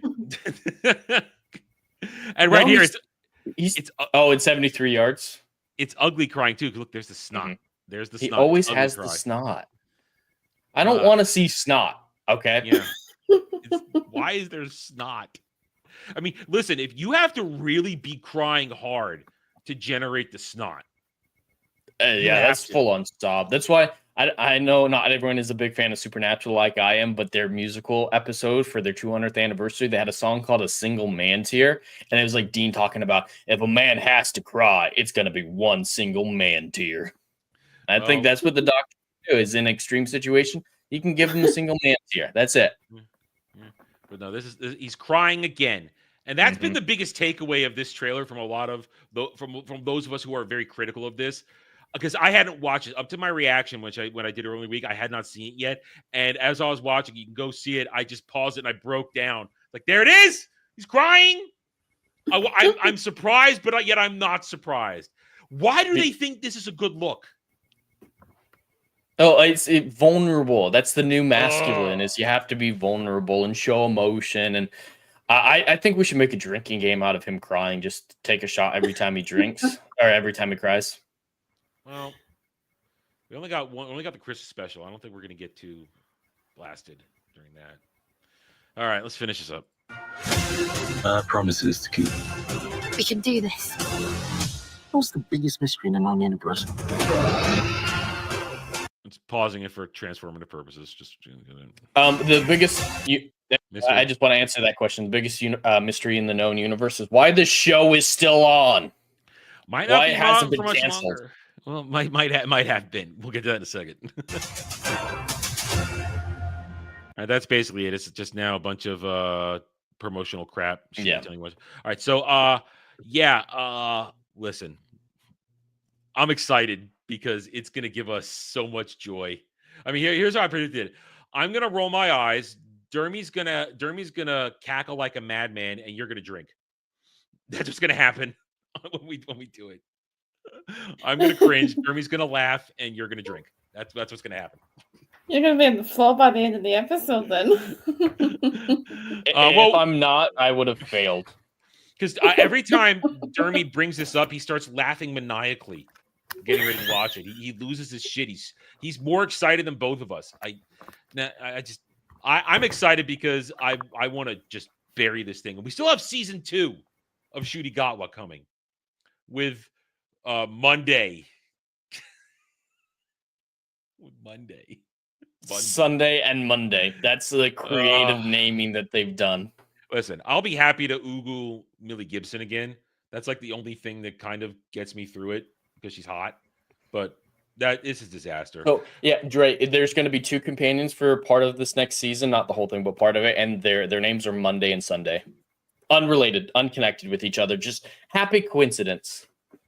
And what's the point of naming them that? Because it's funny. Russell T. Davies is a retard. Jesus Christ, man. Oh my God. Just name Billy and Bob. Their names don't matter then. All right, so Jed, there's other news surrounding this, isn't there?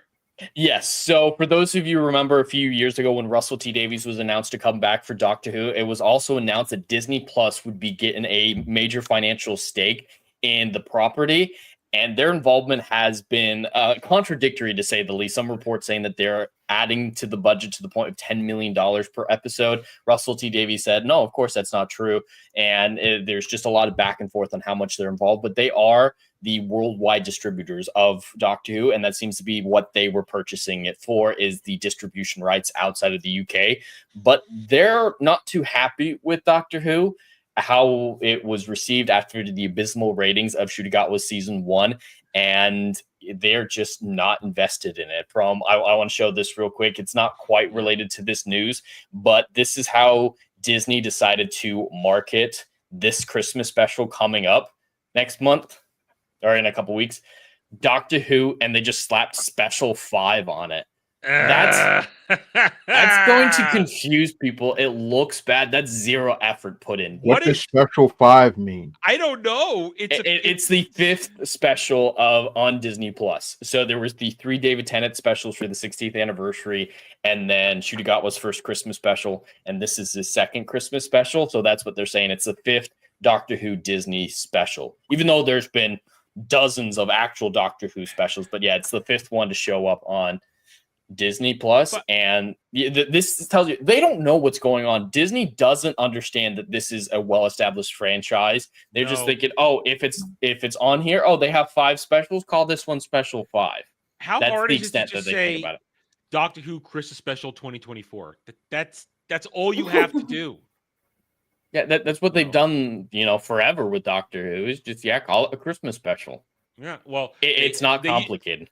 Well, remember, here's the problem. Up until recently, they were calling it the holiday special. Yes, that was during the Jodie Whittaker run when the word Christmas was deemed offensive. That is the one thing that I will praise Russell T Davies for doing when he came back as showrunner, is restoring the Christmas special. That's the one thing I can say he did right, was calling it Christmas specials again, because that has a long tradition in the Doctor Who franchise of Christmas specials, at least in New Who.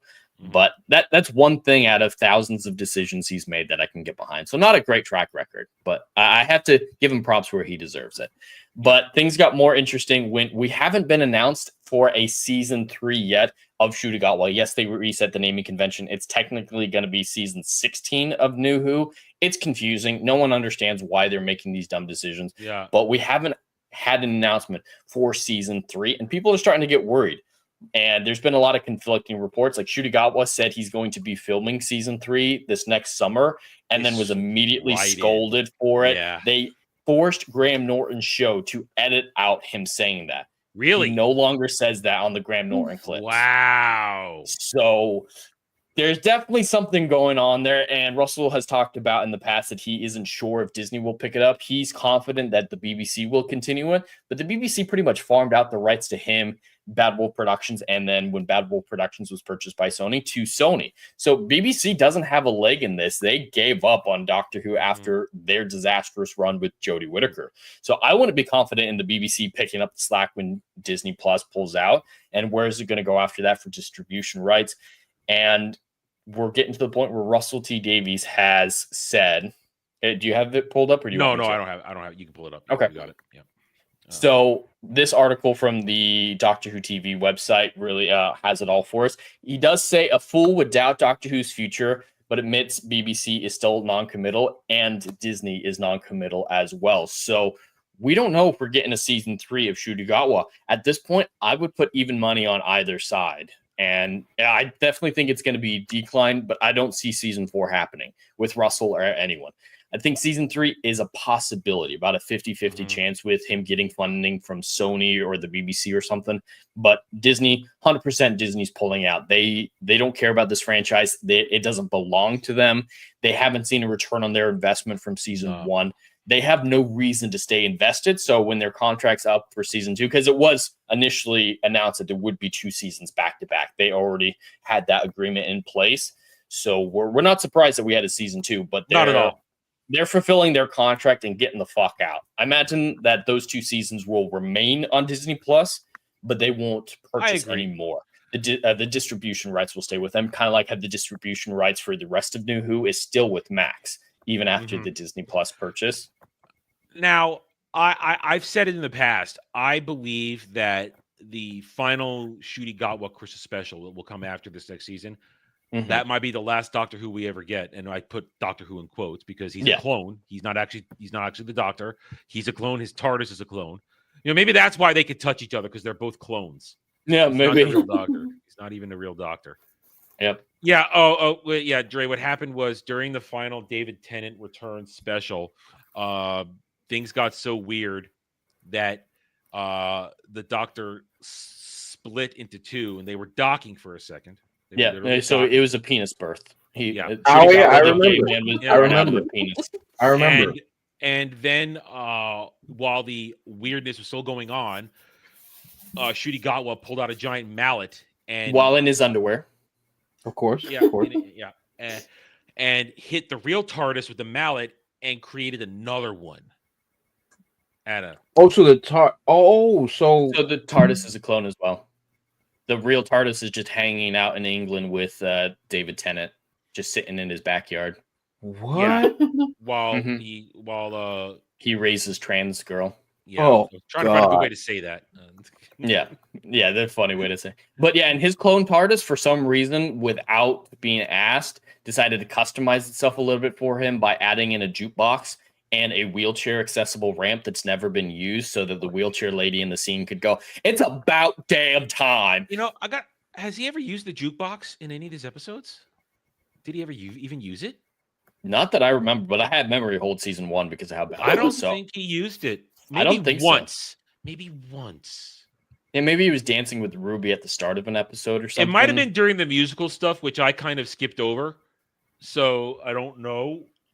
But still, he's not the real doctor. Nope. And it's gonna. There literally is a case to be made. He isn't the real doctor. I don't want to even call David Tennant number 2 the real doctor, because everything after Peter Capaldi, I want it to be just a horrible waking nightmare that I wish would end. But it might end. I'm gonna say I'm with you that it's 50-50. There'll be a season 3. But I'm going to top those saying that final Shooty Got with Christmas special might be it. Might be it. At least for 30 years. I'll be an older man. If they ever come back. I'm going to move away from that topic. Anyway. All right. So Shooty Gatwa is terrible. But you can catch me, Jed, and Dermy in about 2.5, 3 weeks to Doctor Who Cares reviews. We're going to have fun. I guess if it airs on the 26th, we'll do a couple days later. I'll look at the calendar later. I'll do it. It's a problem for after Christmas. Anyway, all right. Let's talk one of the big things in the room now.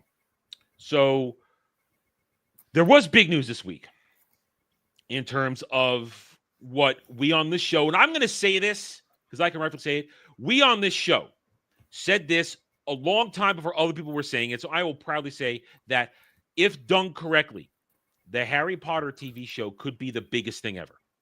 Yep. Biggest thing ever. That. You absolutely said that. 110%. Saying that for what we saying that for a long time, because, and I know we have an avid lover of the movies right here, so I have no shame in saying the movies are not great. They're not great. After a certain point, they go downhill in quality supremely. They don't cover a lot of what goes on in the books. Granted, I've only read the books a couple of times. I am not a super Potterhead. I don't know every little detail, but I do know that not everything was covered. And I've always been a fan of adapting things to television seasons because you can get as close to a one-to-one as possible. And when this whole thing began, our number one fear was race swapping. Not so much gender swapping, because that'd be really hard, especially considering J.K. Rowling's stance on gender. That I knew wasn't going to be an issue, but you take away her stance on gender, she is as woke and insane as every other commie lefty Marxist, okay? Every other one of them.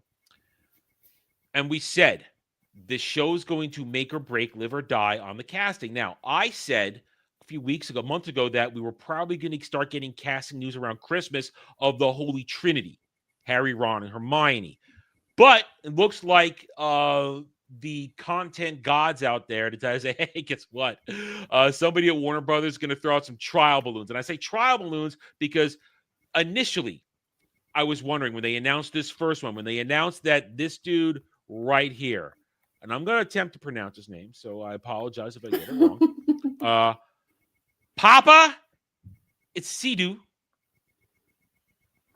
is in negotiations. Rumor. Let's make that very completely clear, because when this came out, a lot of disingenuous people were instantly saying, "Oh, he's being cast as Snape.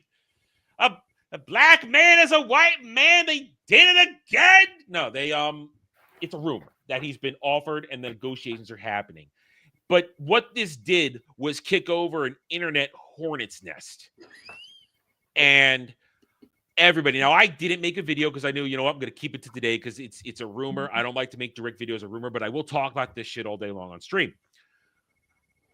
Even if this isn't true or it's not going to happen, I think the bigger problem is that they even considered it if it's real, right? As there'll be other people they consider it for as well, other characters. It shows precedent. Mm-hmm. The fact that there's even one thing, and Snape is perhaps one of the most described characters in the books. Yep. Yeah, Skinny he is very pale skin, but kind of similar description to Snow White, shall we say. Well, very pale skin, but very greasy hair.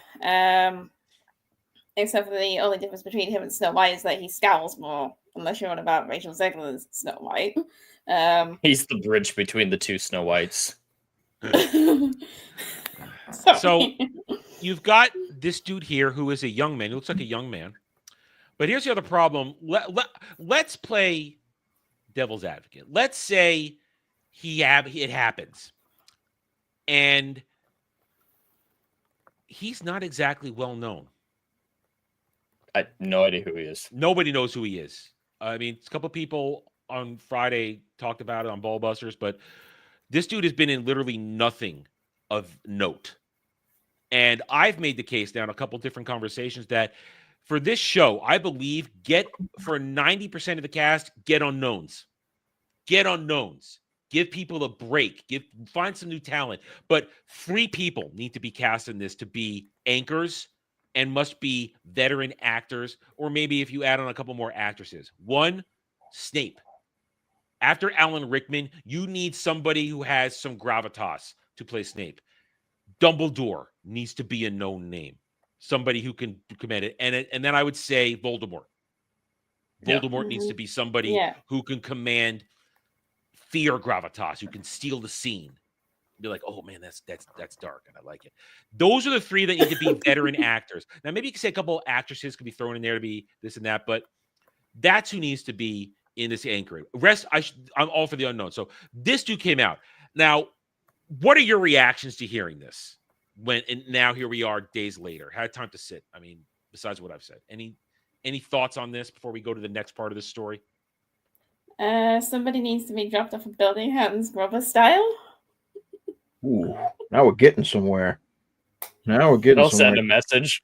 Yeah, like the only thing I really have to say, like, luckily for me, I didn't come up with a Harry Potter fan. I didn't read the books until like they were already popular. Yeah, I didn't come. I came to it very late. I think I read Sorcerer's Stone. I think that's the first book. I was reading Star Wars books when they were reading Harry Potter. Yeah, exactly. And like I was not on the radar whatsoever. But like I think like after the second movie came out, I think that's when I was like, what are these books about? And I think I read the first one. At best, I think I remember reading that. But one thing I can always say is, if these folks are supposed to be white, leave them white. It's simple. It's 1990s England is what it is. Yeah. And let me be clear. There are some black folks in England at that point, sure. But the overwhelming majority are still pale face. So there are black characters too. Yeah. It's not 100% white. There's plenty of diversity in Hogwarts. Yeah, exactly. More than just black. There's Cho Chang. There's Asians as well. Yeah, Indians. but here's the problem, Jed. Here's the problem. Hollywood and those who also pulling the strings do not see value in those characters. That's the problem. Yep. So therefore, they only see value in the main cast, which are white folks, and so therefore they're going to go and take those roles from good, hardworking white folks and give it to black folks. I have a problem with that, because why not elevate the characters that are already diverse? Why not just elevate those characters? Why are they being diminished, and only the historical white characters only ones you see value in? So therefore, you'll put a black face on it. That is what my problem is, and which is a problem in all of Hollywood. But Dre, it shouldn't be a problem, because if you're adapting the books accurately, all those characters have roles to play and have moments in the story, overall story, that give them stuff to do. Yeah, but we don't do that as American filmmakers. It's all about what characters are the most popular. Okay, Snape is like maybe the most recognizable character outside of the big 3. Everybody knows that Alan Rickman freaking killed that role, and it can never be duplicated. It's the reality. So we're gonna make a black man do it. Like that's garbage. I don't like it. I don't buy it. I think it's nonsense. And hats off to Papa Asudu. I mean, if he thinks he can, look, you're gonna take the roles that you're gonna. If he's smart, he runs away from this. If he's smart, there's no way he does. There's no way he does. And this is why, Adam. This is why he won't run away from that. is because of the clout the character has. He won't run away from this role. He won't do it. No, but here's the thing. Nobody wants this. I agree. The entire fan base, the rabid fan base, currently, I will say, the most powerful fan base in pop culture, because Harry Potter is still a functioning IP. Sure. Nobody wants this. I agree. But Adam, what did we say some time ago? Everything must die. Everything must die. But they're opening new amusement parks. They're opening new theme park sections. They're not ready for it to die. They want to make money still on this. Adam, I'm going to repeat myself one more time. Everything must die so that it can have a chance to live. It's reality. This was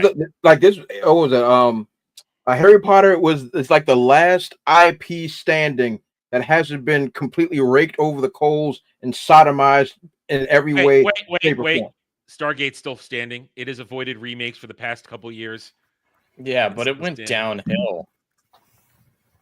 But Adam, like as much as a fan of Stargate you may be, it's not a major franchise that people are busting their humps over. It's not a juggernaut, Yeah, it's not in that realm of Star Wars or Marvel or Harry Potter. I know that hurts your soul, but that's the reality of it. So I mean, but it is what it is. But this has to die. Let me say this. When this happened, this was all we had for most of the week until a couple days ago, when a new wrinkle added. Which now the thought was this: was this a true announcement, or were they using Hollywood Reporter as a trial balloon to see what the reaction would look like? Sure. Because then we heard this on Friday. Here are the other rumors for castings. Mark Strong for Dumbledore. Okay, now we're talking about somebody. He's too intimidating, even for like nice roles like Dumbledore. I've seen him in Emma, he's generally a villain. Kate Beckinsale, and like even on there, even though he was playing a nice character, he was still intimidating. But he would be a much better Snape or in real life. He'd be a much better Voldemort. The point is, though, Mark Strong is a legitimate, powerful acting presence. Even though I call him Mark Weak right now on Dune Prophecy because it's pathetic, completely wasted. But Mark Strong, legitimate. Okay, that's taking my advice.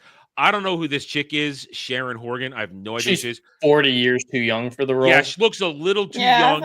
And also, when you're going to try and replace Dame Maggie Smith as in a role, something like that, that's also a tall order right there.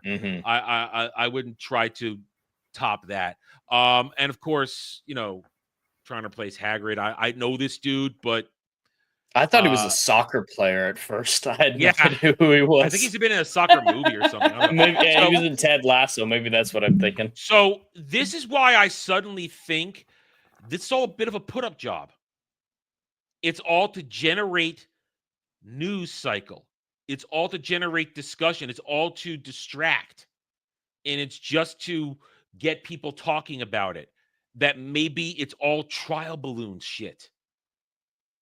That's kind of what I'm feeling right now, because I'm now I believe now more than ever that around Christmas they will announce Ron, Hermione, and Harry.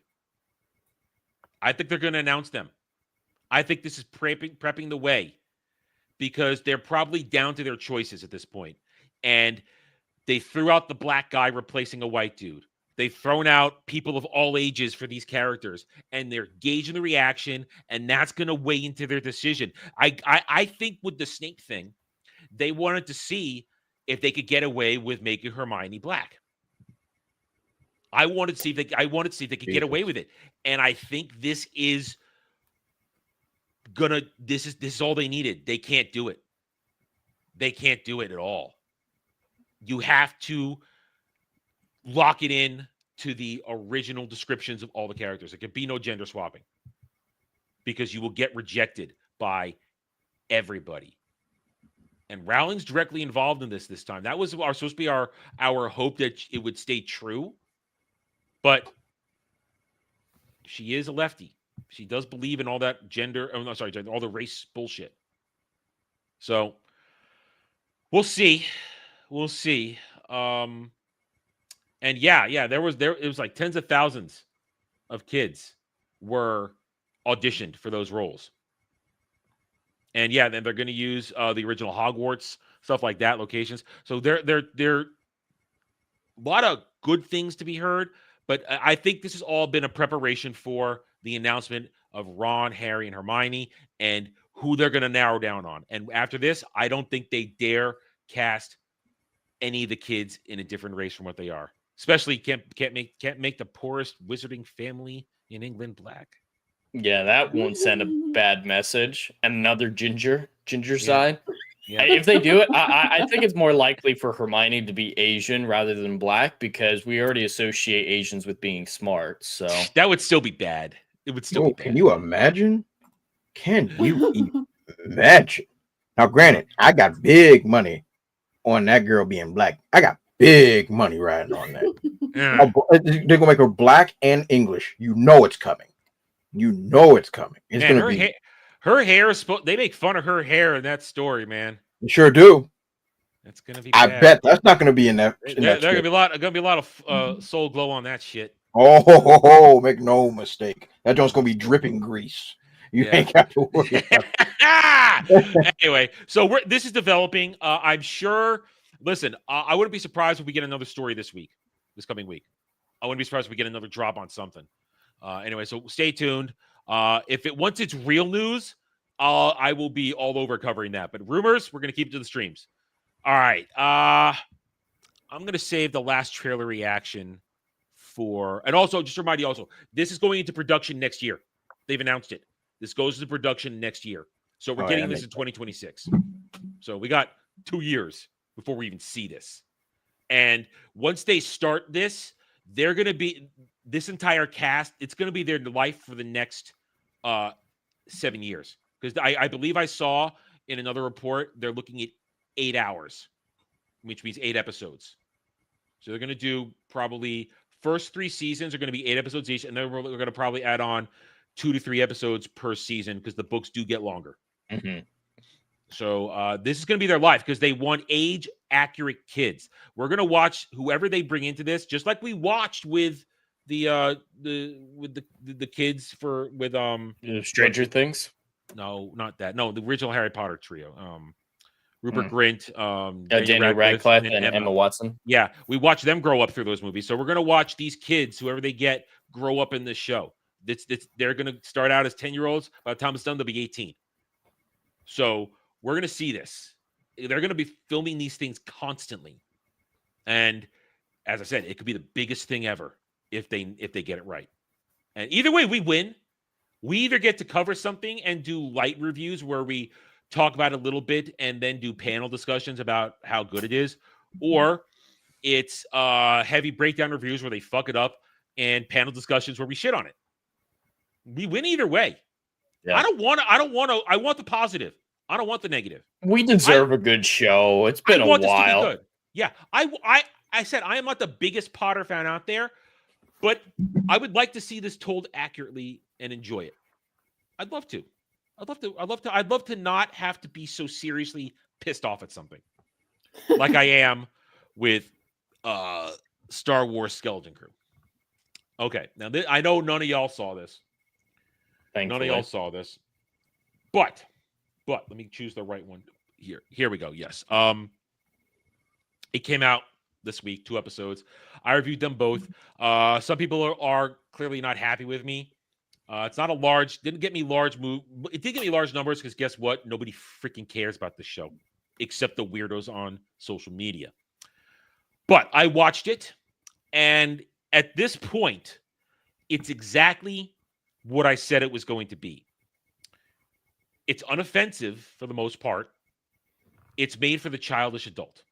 If you haven't watched my reviews, I'm not going to go into full details, but go watch them there. I break it all down as quickly as possible. They're not very long. My first episode 1, 18 minutes. Episode 2, 16 minutes. I'm in and out. I'm quick. 38 seconds on that shit. It's done. So it's not Acolyte. Say that. It's not Acolyte, but there's still a lot wrong with it. The lore is already getting broken left and right. The characters are as thin as can be. The only positive I could say about it is that who directed this shit? John Watts. John Watts, thank you. John Watts. The guy knows how to do, he knows what he's doing. The direction is good. The acting is average. The production value in terms of the flow of the episodes, it's not other Disney Star Wars where it's jumping all over the place and the editing is shit and the narrative's all over the place. No, he knows how to keep his narrative. I'll give him that. But the writing is dog shit. It's as generic as possible. At one point, the character, I call him floppy-haired Win, he goes, "Oh, man. Really, in Star Wars? Oh, man." No. So without going to my full reviews, the whole thing is a generic, boring, uninteresting, flat thing. And for 2 episodes, nothing happened. Nothing really happened. But according to the stands, I've been taken away on a childhood adventure. It's my childhood all over again. And I'm going to show you some stuff here. Part 1 of just showing how they reacted to it. A lot of different. I've been collecting these. Also for another video I'm starting work on. An actual video, not just me reacting to shit. I showed this last week. They sent out a bunch of merch to their loyal ex-followers. Of course. This is one of them. They got a... this didn't come with it. The Black Series figure didn't come with it. They got patches. Just like with Acolyte, though, the predetermined meme, Neil Nation. We're going to come back to Neil in a minute. Free chocolate. A pirate flag for your wall and patches and a note in a bottle. And they're all fingering themselves over this. Whoa. Thank you, Backman. I'm honored to be one of your first mates, and I can't wait to snack on my chocolate and watch Skeleton Crew every week. I truly never found so much joy in fandoms online until I joined Star Wars Twitter. So I just want to say I love y'all. Gets weird. Is this person a real person? Apparently so. Can't be. Because look, this person's not healthy. No. Okay, so here we go. Here's more of it. Here's the original stuff they got. The backpack with a Black Series figure and stickers and patches and a lunchbox and Funko Pop. Lunchbox just screams childish adult, doesn't it? I mean, yeah, who uses lunchboxes anymore? Even kids don't use them that much as far as I'm aware. And modern day lunchboxes, they're not the collectibles. I had an Empire Strikes lunchbox when I was a kid. Ooh. That's a collectible. That was a collectible. This isn't a collectible. This is shit they're sending to fake fans who will think it's collectible. So we got stuff like this. I gotta say, any person who uses a Funko Pop or gets a Funko Pop immediately disqualifies themselves from any fan discussion. Unless you're getting it for a mocking reason to make fun of something. That's okay. Yeah. Or if it's a gift from someone. Both of y'all suck. I hate you both. If it's a gift from someone who doesn't know better, that's fine. I have a couple of those. But if you're going out collecting Funko Pops, no, you're retarded. Funko Pops are awesome. I hate myself. I have a problem. I've got loads of them. You're a girl. You're allowed to do it. You're a girl. It's okay for girls. They're exempt. Dre, this is not okay. We need to have an intervention. I have a problem. I've got no shame. I have a problem. All right. What is the franchise? Is it Marvel or DC? So all of them are Marvel and DC. Okay, I know it. Except for one, I got to get. Okay, now I'm excited. Okay, now I'm sure the one I got. Okay, one of my good friends got me this Vader one. This Vader pop. Gift. It's a gift. You have to take a gift. Gifts are okay. Gifts are exempt. I really like this one. At least he's not rainbow. Yeah, this one I really liked. It was cool with all the rest of them Marvel and DC. I don't need your judgment. Screw you. Anyway, so they sent these out. This is the week before. They were all showing it off. And I made the point when I talked about it last week and when I did the Nat 20. This is the organic response to this. No, we don't get paid. We're not chills. You just got paid.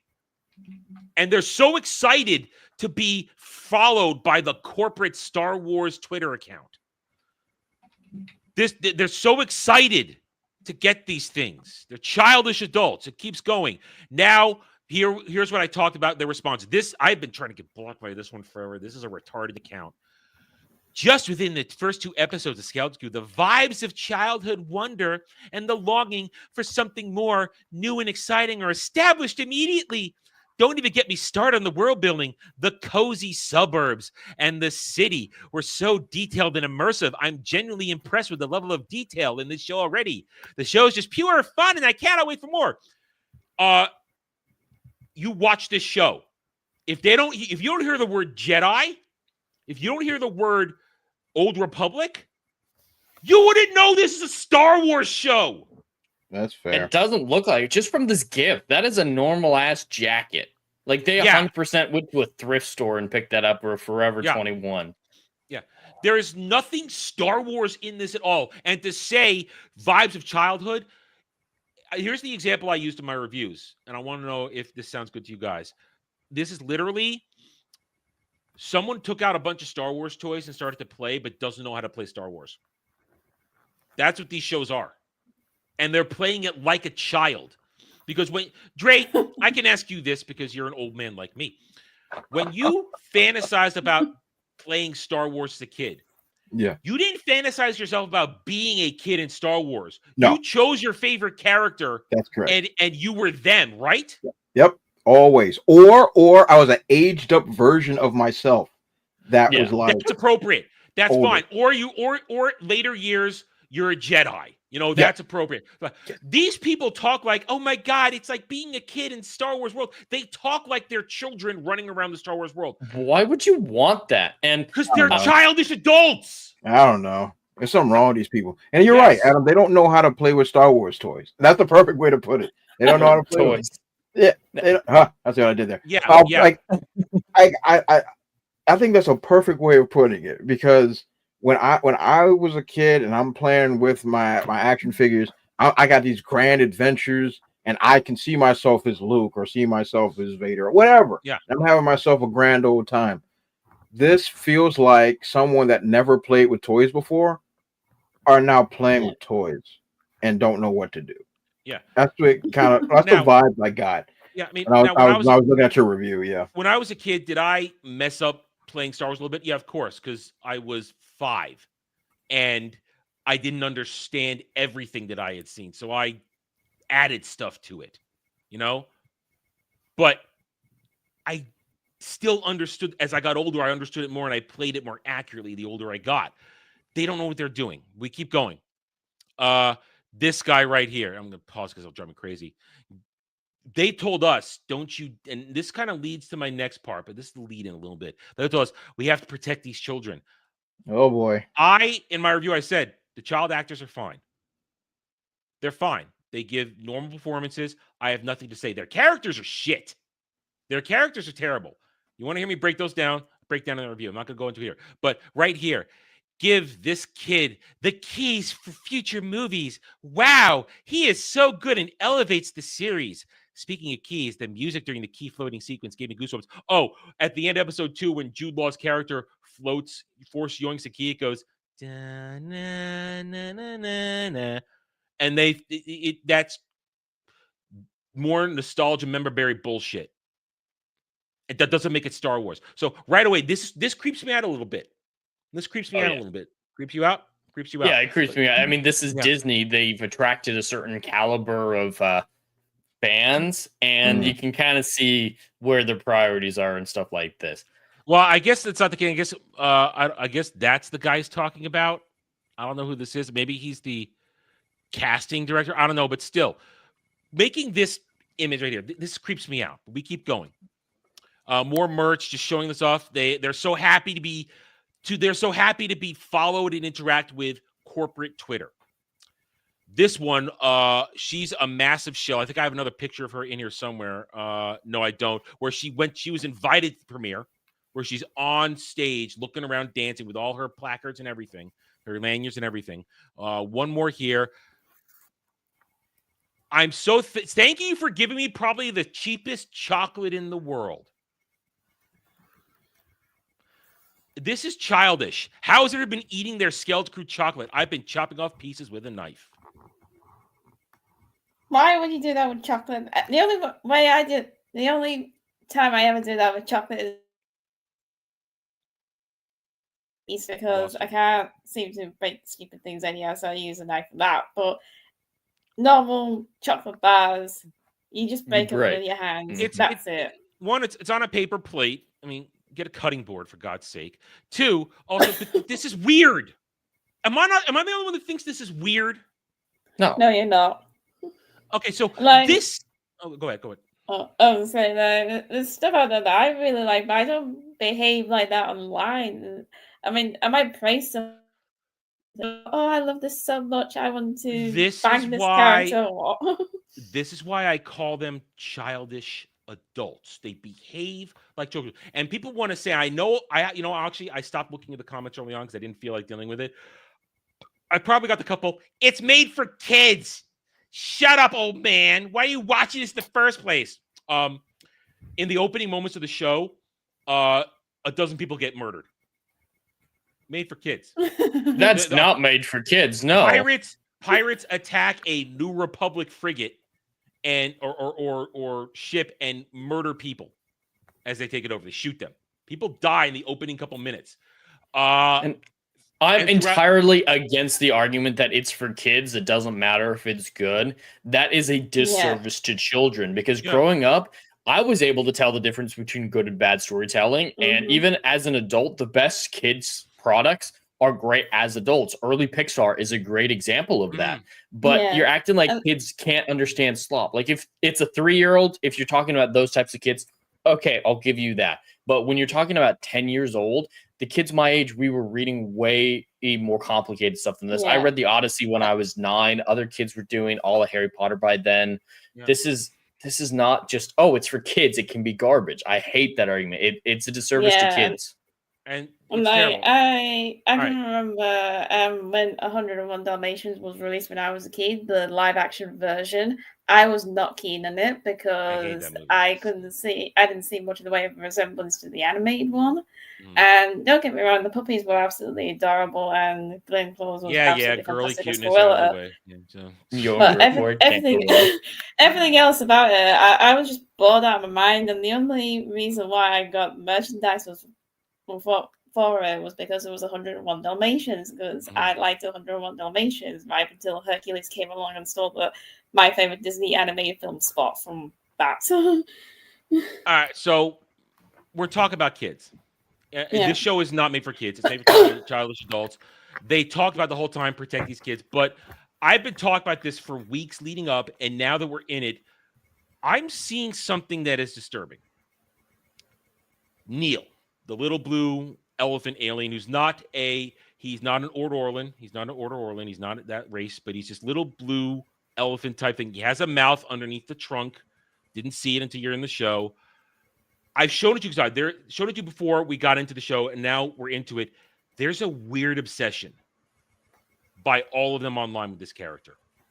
And the show's kind of leaning into it. So first, let me show you the obsession, and then let me show you how the show is feeding into it. And I'm looking at a pattern here, and if it persists, there's a video. And then a discussion we're going to have further on. But I just want to put it on the table now. And I want your opinion, chat opinion, everybody opinion on this. Watching Skeleton Crew for the plot. The plot. No. That post is reserved for when you think something is sexy. Yeah, but it's from New Rockstars. One of the shows.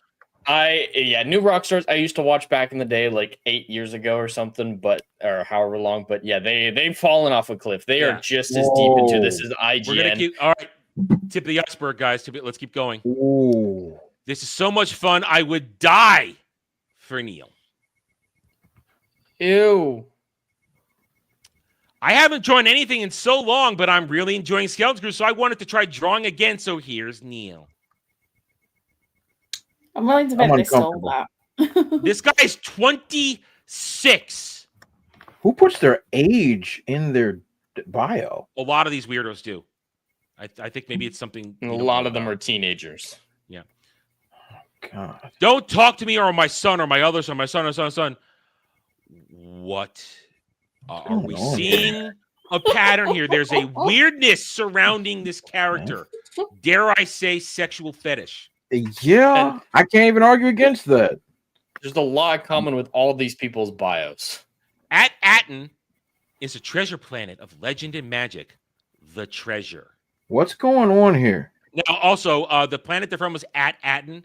At. The childish way to say AT-AT. Yeah. I missed it in the first episode, but I caught it in the second episode. Yeah. Yo. A pattern is forming, isn't it, guys? That's not This cool, guy, man. This guy, Scotty Holiday, Queerdo Star Wars creator, they, them. Queerdo? Y'all see my cameo in Skeleton Crew. I have to thank Star Wars and Lucasfilm for the opportunity. I'm very grateful. We're going to come back to him in a moment. Is that a drag queen performance via hologram? Putting a pin in this. I have it queued up. We're going to come back to it. You will see it for yourself. Oh, and this is from the actual show. Oh. Okay. This is from the episode. Hold on for a second. I'm going to go get some bleach from the closet. Yo. Am I on to something here? Yo, somebody call Chris Hansen. Somebody got Chris Hansen number? Am I on to something here? Please take it off the screen. I'm not imagining this, am I? Adam about to get us all put on a list. I'm not imagining this, am I? I'm not imagining this. Jesus Christ. The showrunners and writers knew exactly what they were doing. They knew their audience and they appealed to them in the most disturbing way possible. These people are freaks and degenerates. There is no hiding it. When the initial trailers came out and they were thirsting, I'm going to say it, thirsting over this weird elephant baby, I thought, okay, the show's probably going to at least not talk about it, but these people are going to be gross and weird. It's what they do. But no, the show knew about it and is leaning into it hardcore. That obviously this is nowhere near Cuties level, but this is disturbing. Like, not even like, haha, that's kind of weird. I'm legitimately disturbed by those images being included in the show. Man. I don't like that at all. Yeah. There and there are people on our sphere saying it was okay. Did you miss this?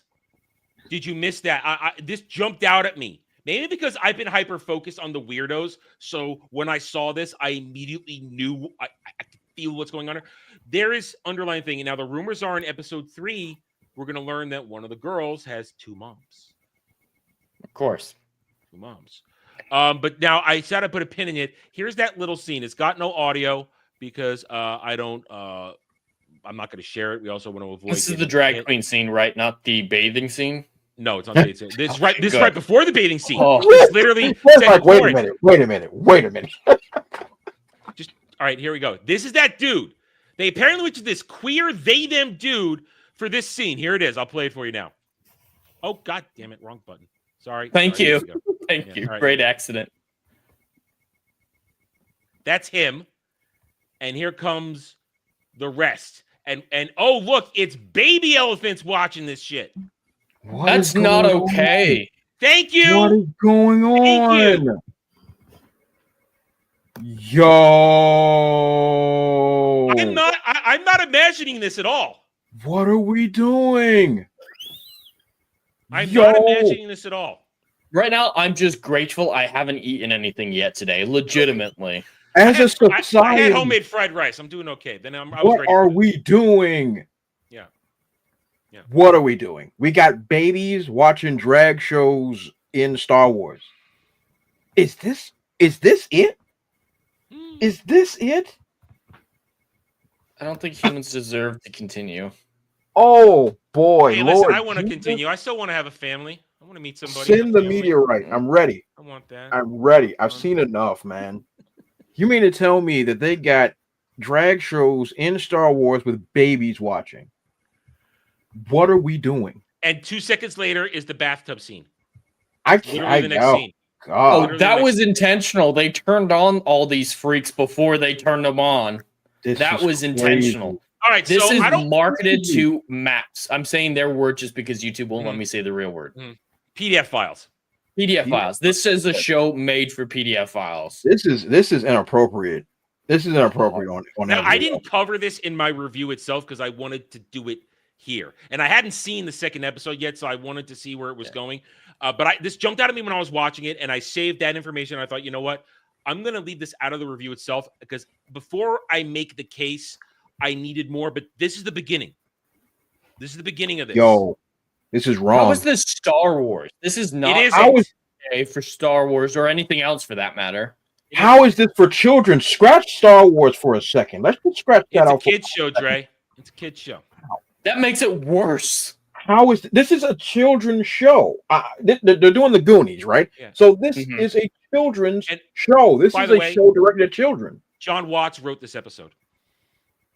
Okay. He wrote this episode. This is vile. This is inappropriate on every level. See, this is why it's imperative for parents to watch shows before they let their kids watch stuff. This is why you can't do that. Like, bruh, the idea that I can have my kid watching something as innocent as what they perceive as innocent, as Skeleton Crew, Star Wars is for kids, they're going on an adventure, and you feature drag queens and then have the audacity to have babies watching drag shows in your show. That is inappropriate by every conceivable standard. What is wrong with these people? There's something wrong with them. Deeply. Under no circumstance, Adam, we grew up at a time when there was risque things on TV and film and all other stuff like that. But at the same time, our parents would be there present when we're going through watching those things, or whatever the case may be.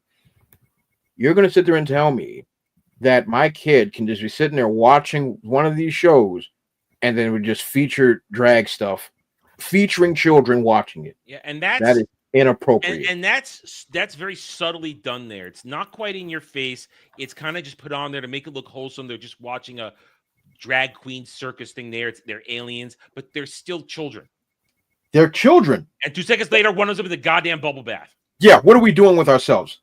What are we doing with ourselves as a society when like we already had the controversy a few years ago in real life with drag shows and elementary reading and whatever case may be. And I made the argument years ago when that junk was made. I'm like, okay, if you're gonna have your dudes come up in here with your dresses on, let me go to girls, get Tatiana to come up in here and show some skin while she reads Cat in the Hat.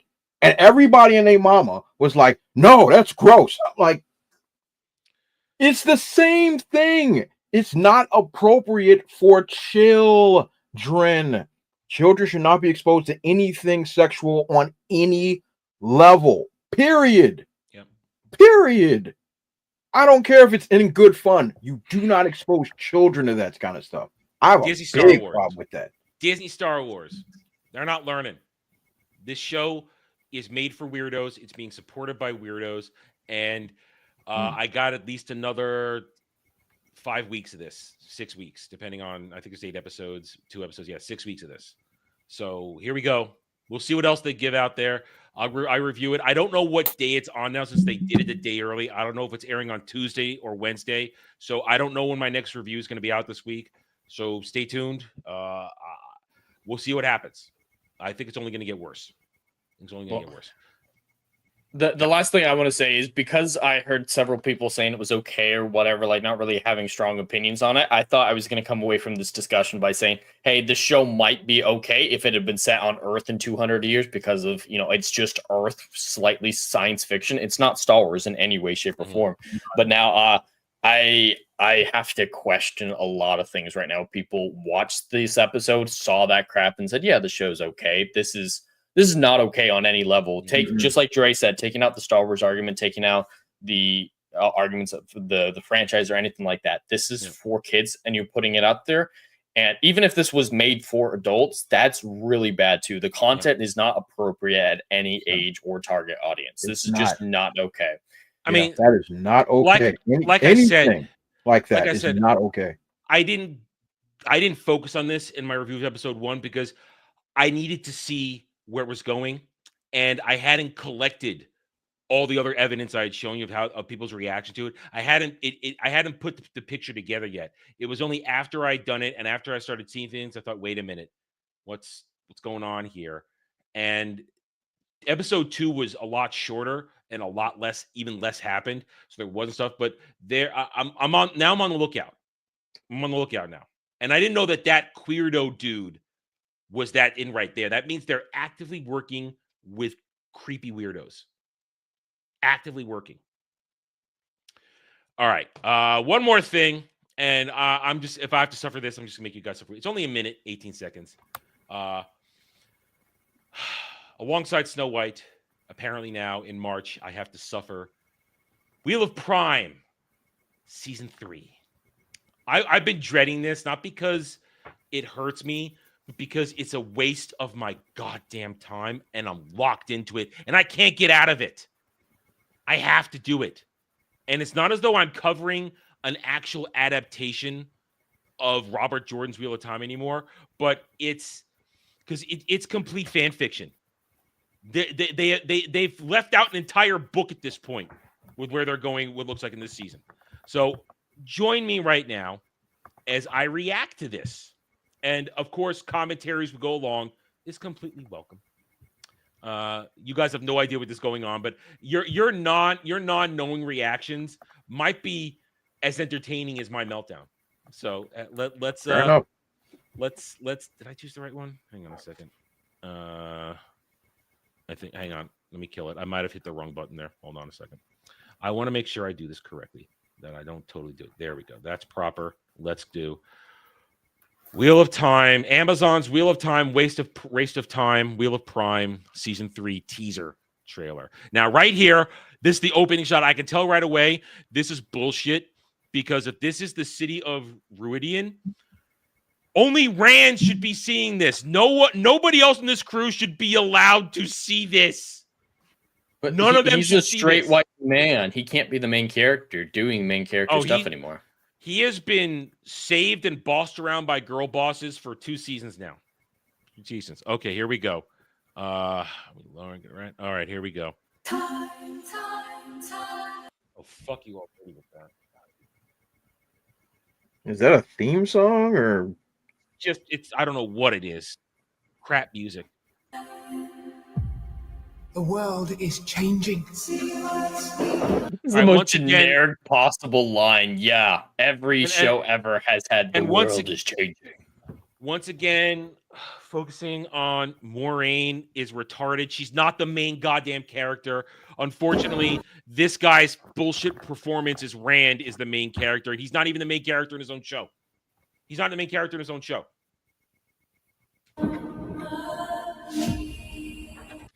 None of these are all they're all not their characters. She's not a proper Leandrin. That's not a proper Elaine. None of it is working.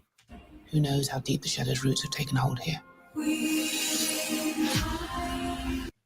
The Wheel of Time is blazing a new path for fantasy on television from Vulture. From Vulture. Yes, we're all going to Vulture to tell us that it's good. Yeah, we're not. It's not. Here's how bad last season was. Nobody freaking talked about it. I got nothing on it. You had to be a large channel like Shadiversity to get any sort of traction talking about it, to have your built-in audience. Nobody cared about this. It barely charted on anything last season. I have seen 1,000. I don't know, what the hell is that? What the hell is even this? The power of 1, the power of 2. Oh, yeah. Wrong show, but not entirely wrong. What? Are they doing? Oh, are they doing the accepted trial? They're doing the accepted trial. Is that another term for finger blasting? No, it's Egwene's gonna go through her. She's gonna walk through a Terra Angrial and see alternate realities, and she has to have the willpower to come back from them to return to her reality. It's and basically accept certain responsibilities, becoming an Aes Sedai. And it's all wrong because it's out of order. It should have already happened. But they're skipping. They've completely removed the 3rd book. They're skipping to the 4th book, but this should have happened in the 3rd book. But oh God. 1,000 futures. All right, this is retarded. The fact that they're first having him train with Lan is ridiculous. You should have already done this. But now they're first having him do it. And it's ridiculous. It's as though they're racing to make up for shit they cut out. Fucking, oh, God. Rafe Judkins is a goddamn disaster. Doesn't know what the fuck he's doing. Doesn't give a shit. Decider. What the hell is Decider? Never even heard of Decider.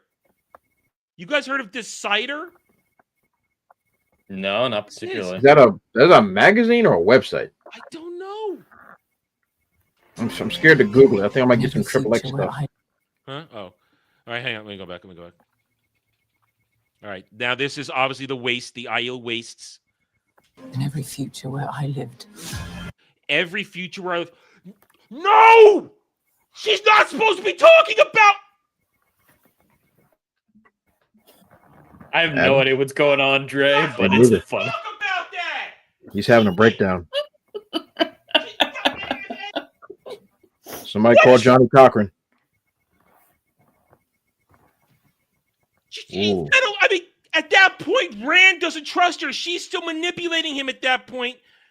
If this is Shadow Rising and they're in the Eye of Waste, and what? Because yes, Moiraine goes into Rudian, and she sees her things, but she doesn't tell anybody what she saw. That's part of the mystery.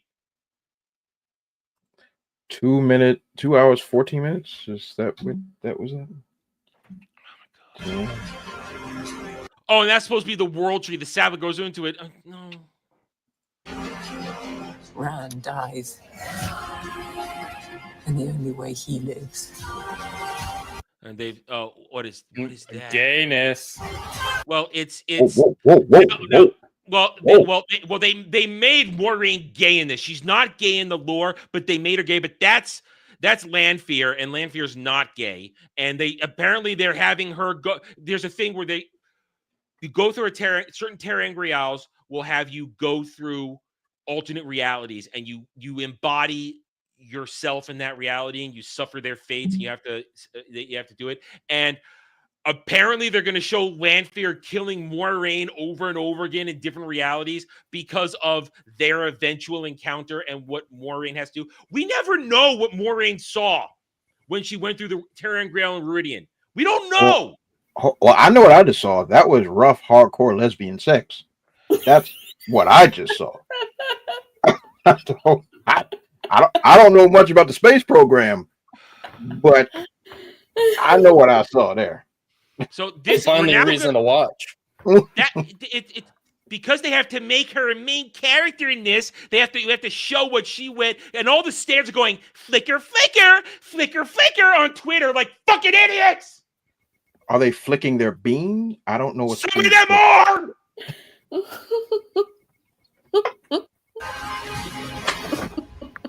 As if I don't.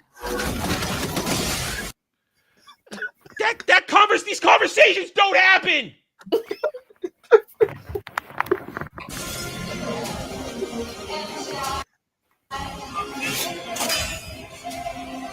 don't know who. I think that's supposed to be Mogedian or some shit like that. What is this?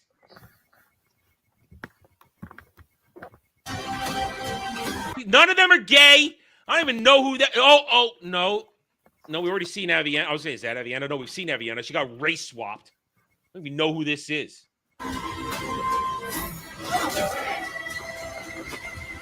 Now this is supposed to some alternate future. I don't know. This is retarded. This isn't how any of this works. None of this happened. Adam, you are as red as your hat. Cannot afford to fail again. Why is he carrying her?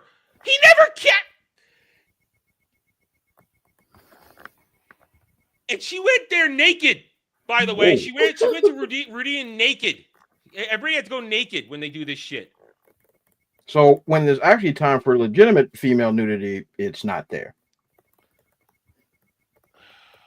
All right, let's make sure all on her own. If I remember right. They just came. Oh God, it's all fanfic bullshit. This is why I don't look forward to doing this. It's one thing when they're doing it and I can pick apart where it's going wrong, but we're in complete fanfic zone now. They've skipped an entire book. And they haven't set up anything to make these events they're creeping into work.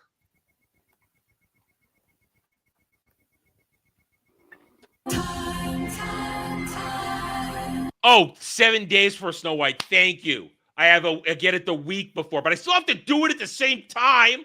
Oh, God help me if they drop 3 goddamn episodes again. That's gonna be a long day. No, it's gonna be a long 3 days. I ain't doing them all at once. Oof.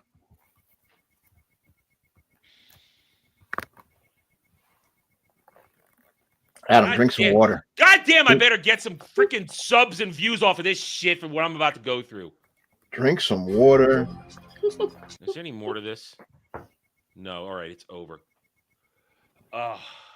Just bathe your face in ice. Just no. This season 3 was baked in. I think it's canceled after the season. Amazon knows the numbers on this shit. They know it's a failure. Here's how bad. Here's how I know that's probably they fired Rafe Judkins off of God of War and hired shit. What's his name? From Star Trek. Shit, I just forgot his name. I'm so angry. I just forgot his name.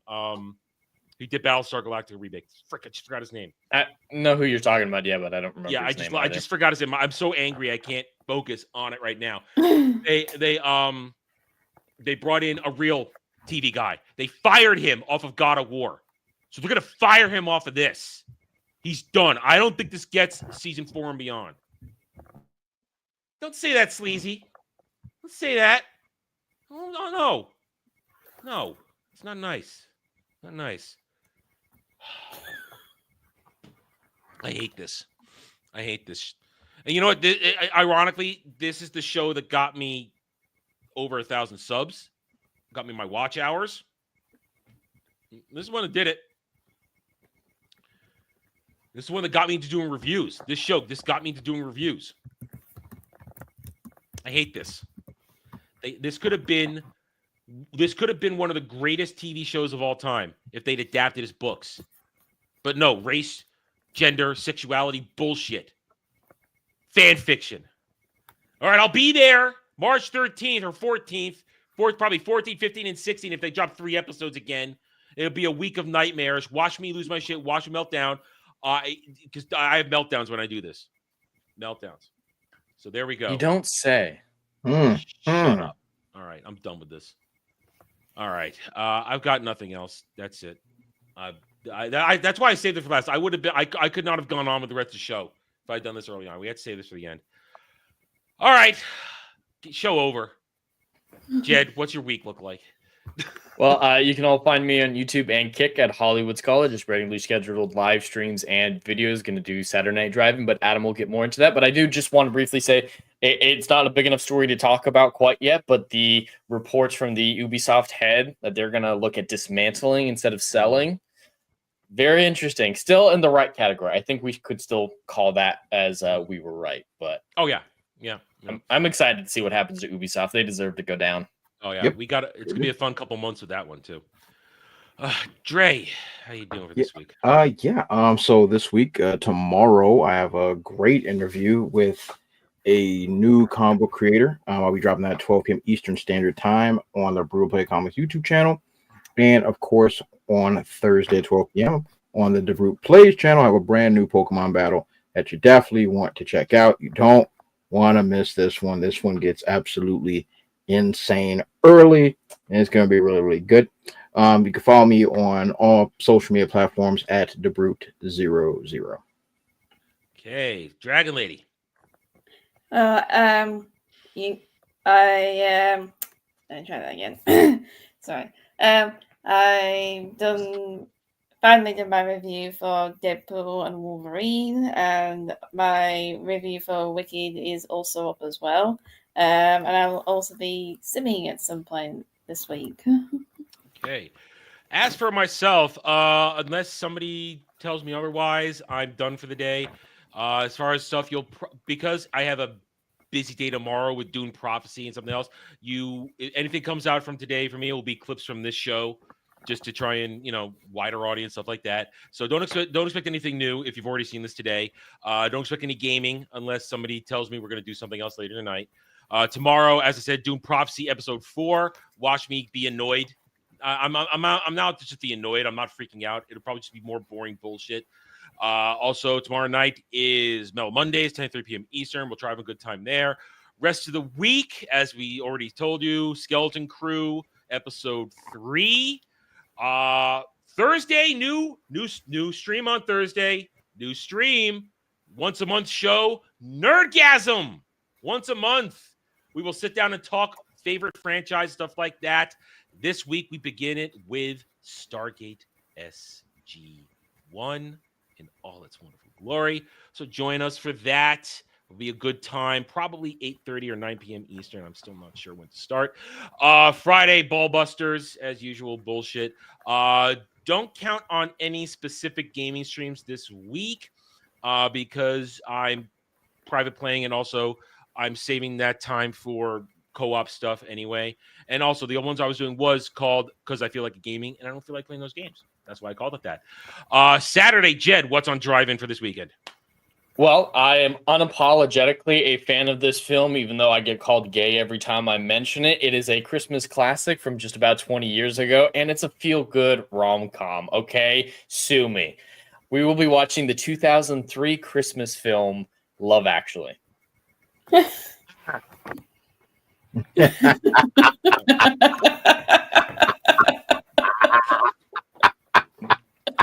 seen it a long time ago. I've seen it. That's funny. So we'll be checking that out. Usual time, 6 p.m. Eastern. After that, there'll probably be Chatterday, where unless it's a certain type of game, I will not stream Chatterday anymore on its own because of the retarded conversations that go on that. Not doing that anymore. You're not risking it? Not after what happened last week. Anyway, then Sunday we'll be back here, Roundtable. I'm sure some things are going to happen. And Jay Frazier brings it up. So, of course, I will announce it. And it's thanks to our good friend Jay Frazier for working very hard, spreading the good word. In a couple weeks, on December 23rd at 4 p.m. Eastern, I will be on Little Platoon's channel for his Monday afternoon stream. So I will be there. And once again, we give a big shout out to Jay Frazier, who's been recommending me all over the place. So thank you, my friend. I hope to do everybody proud. Maybe open up to a wider audience. So I'll be there, and we'll see what that brings. So I'm excited. It is the first time I'm being on a much larger platform than our own right here. So we'll hope it's a good one, and we'll see where it takes us. So thank you, Jay Frazier, for that, and I look forward. And thank you to Lil Platoon and his crew for having me on in advance. I have no idea what we're going to talk. Probably going to talk Dune at this point. I know that. I have no idea what other conversations will be because it's still 2 weeks away, day before Christmas. So we'll see what happens. Should be fun. And other than that, then we're done. Got nothing else. Thank you, everybody, for being here. I know, as I said, it was a busy Sunday afternoon. A lot of other streams going on. We thank you for joining us, hitting that like button, subscribing to the channels. And we'll see you guys next time. Until then, take it easy. Have a good night or day wherever you may be.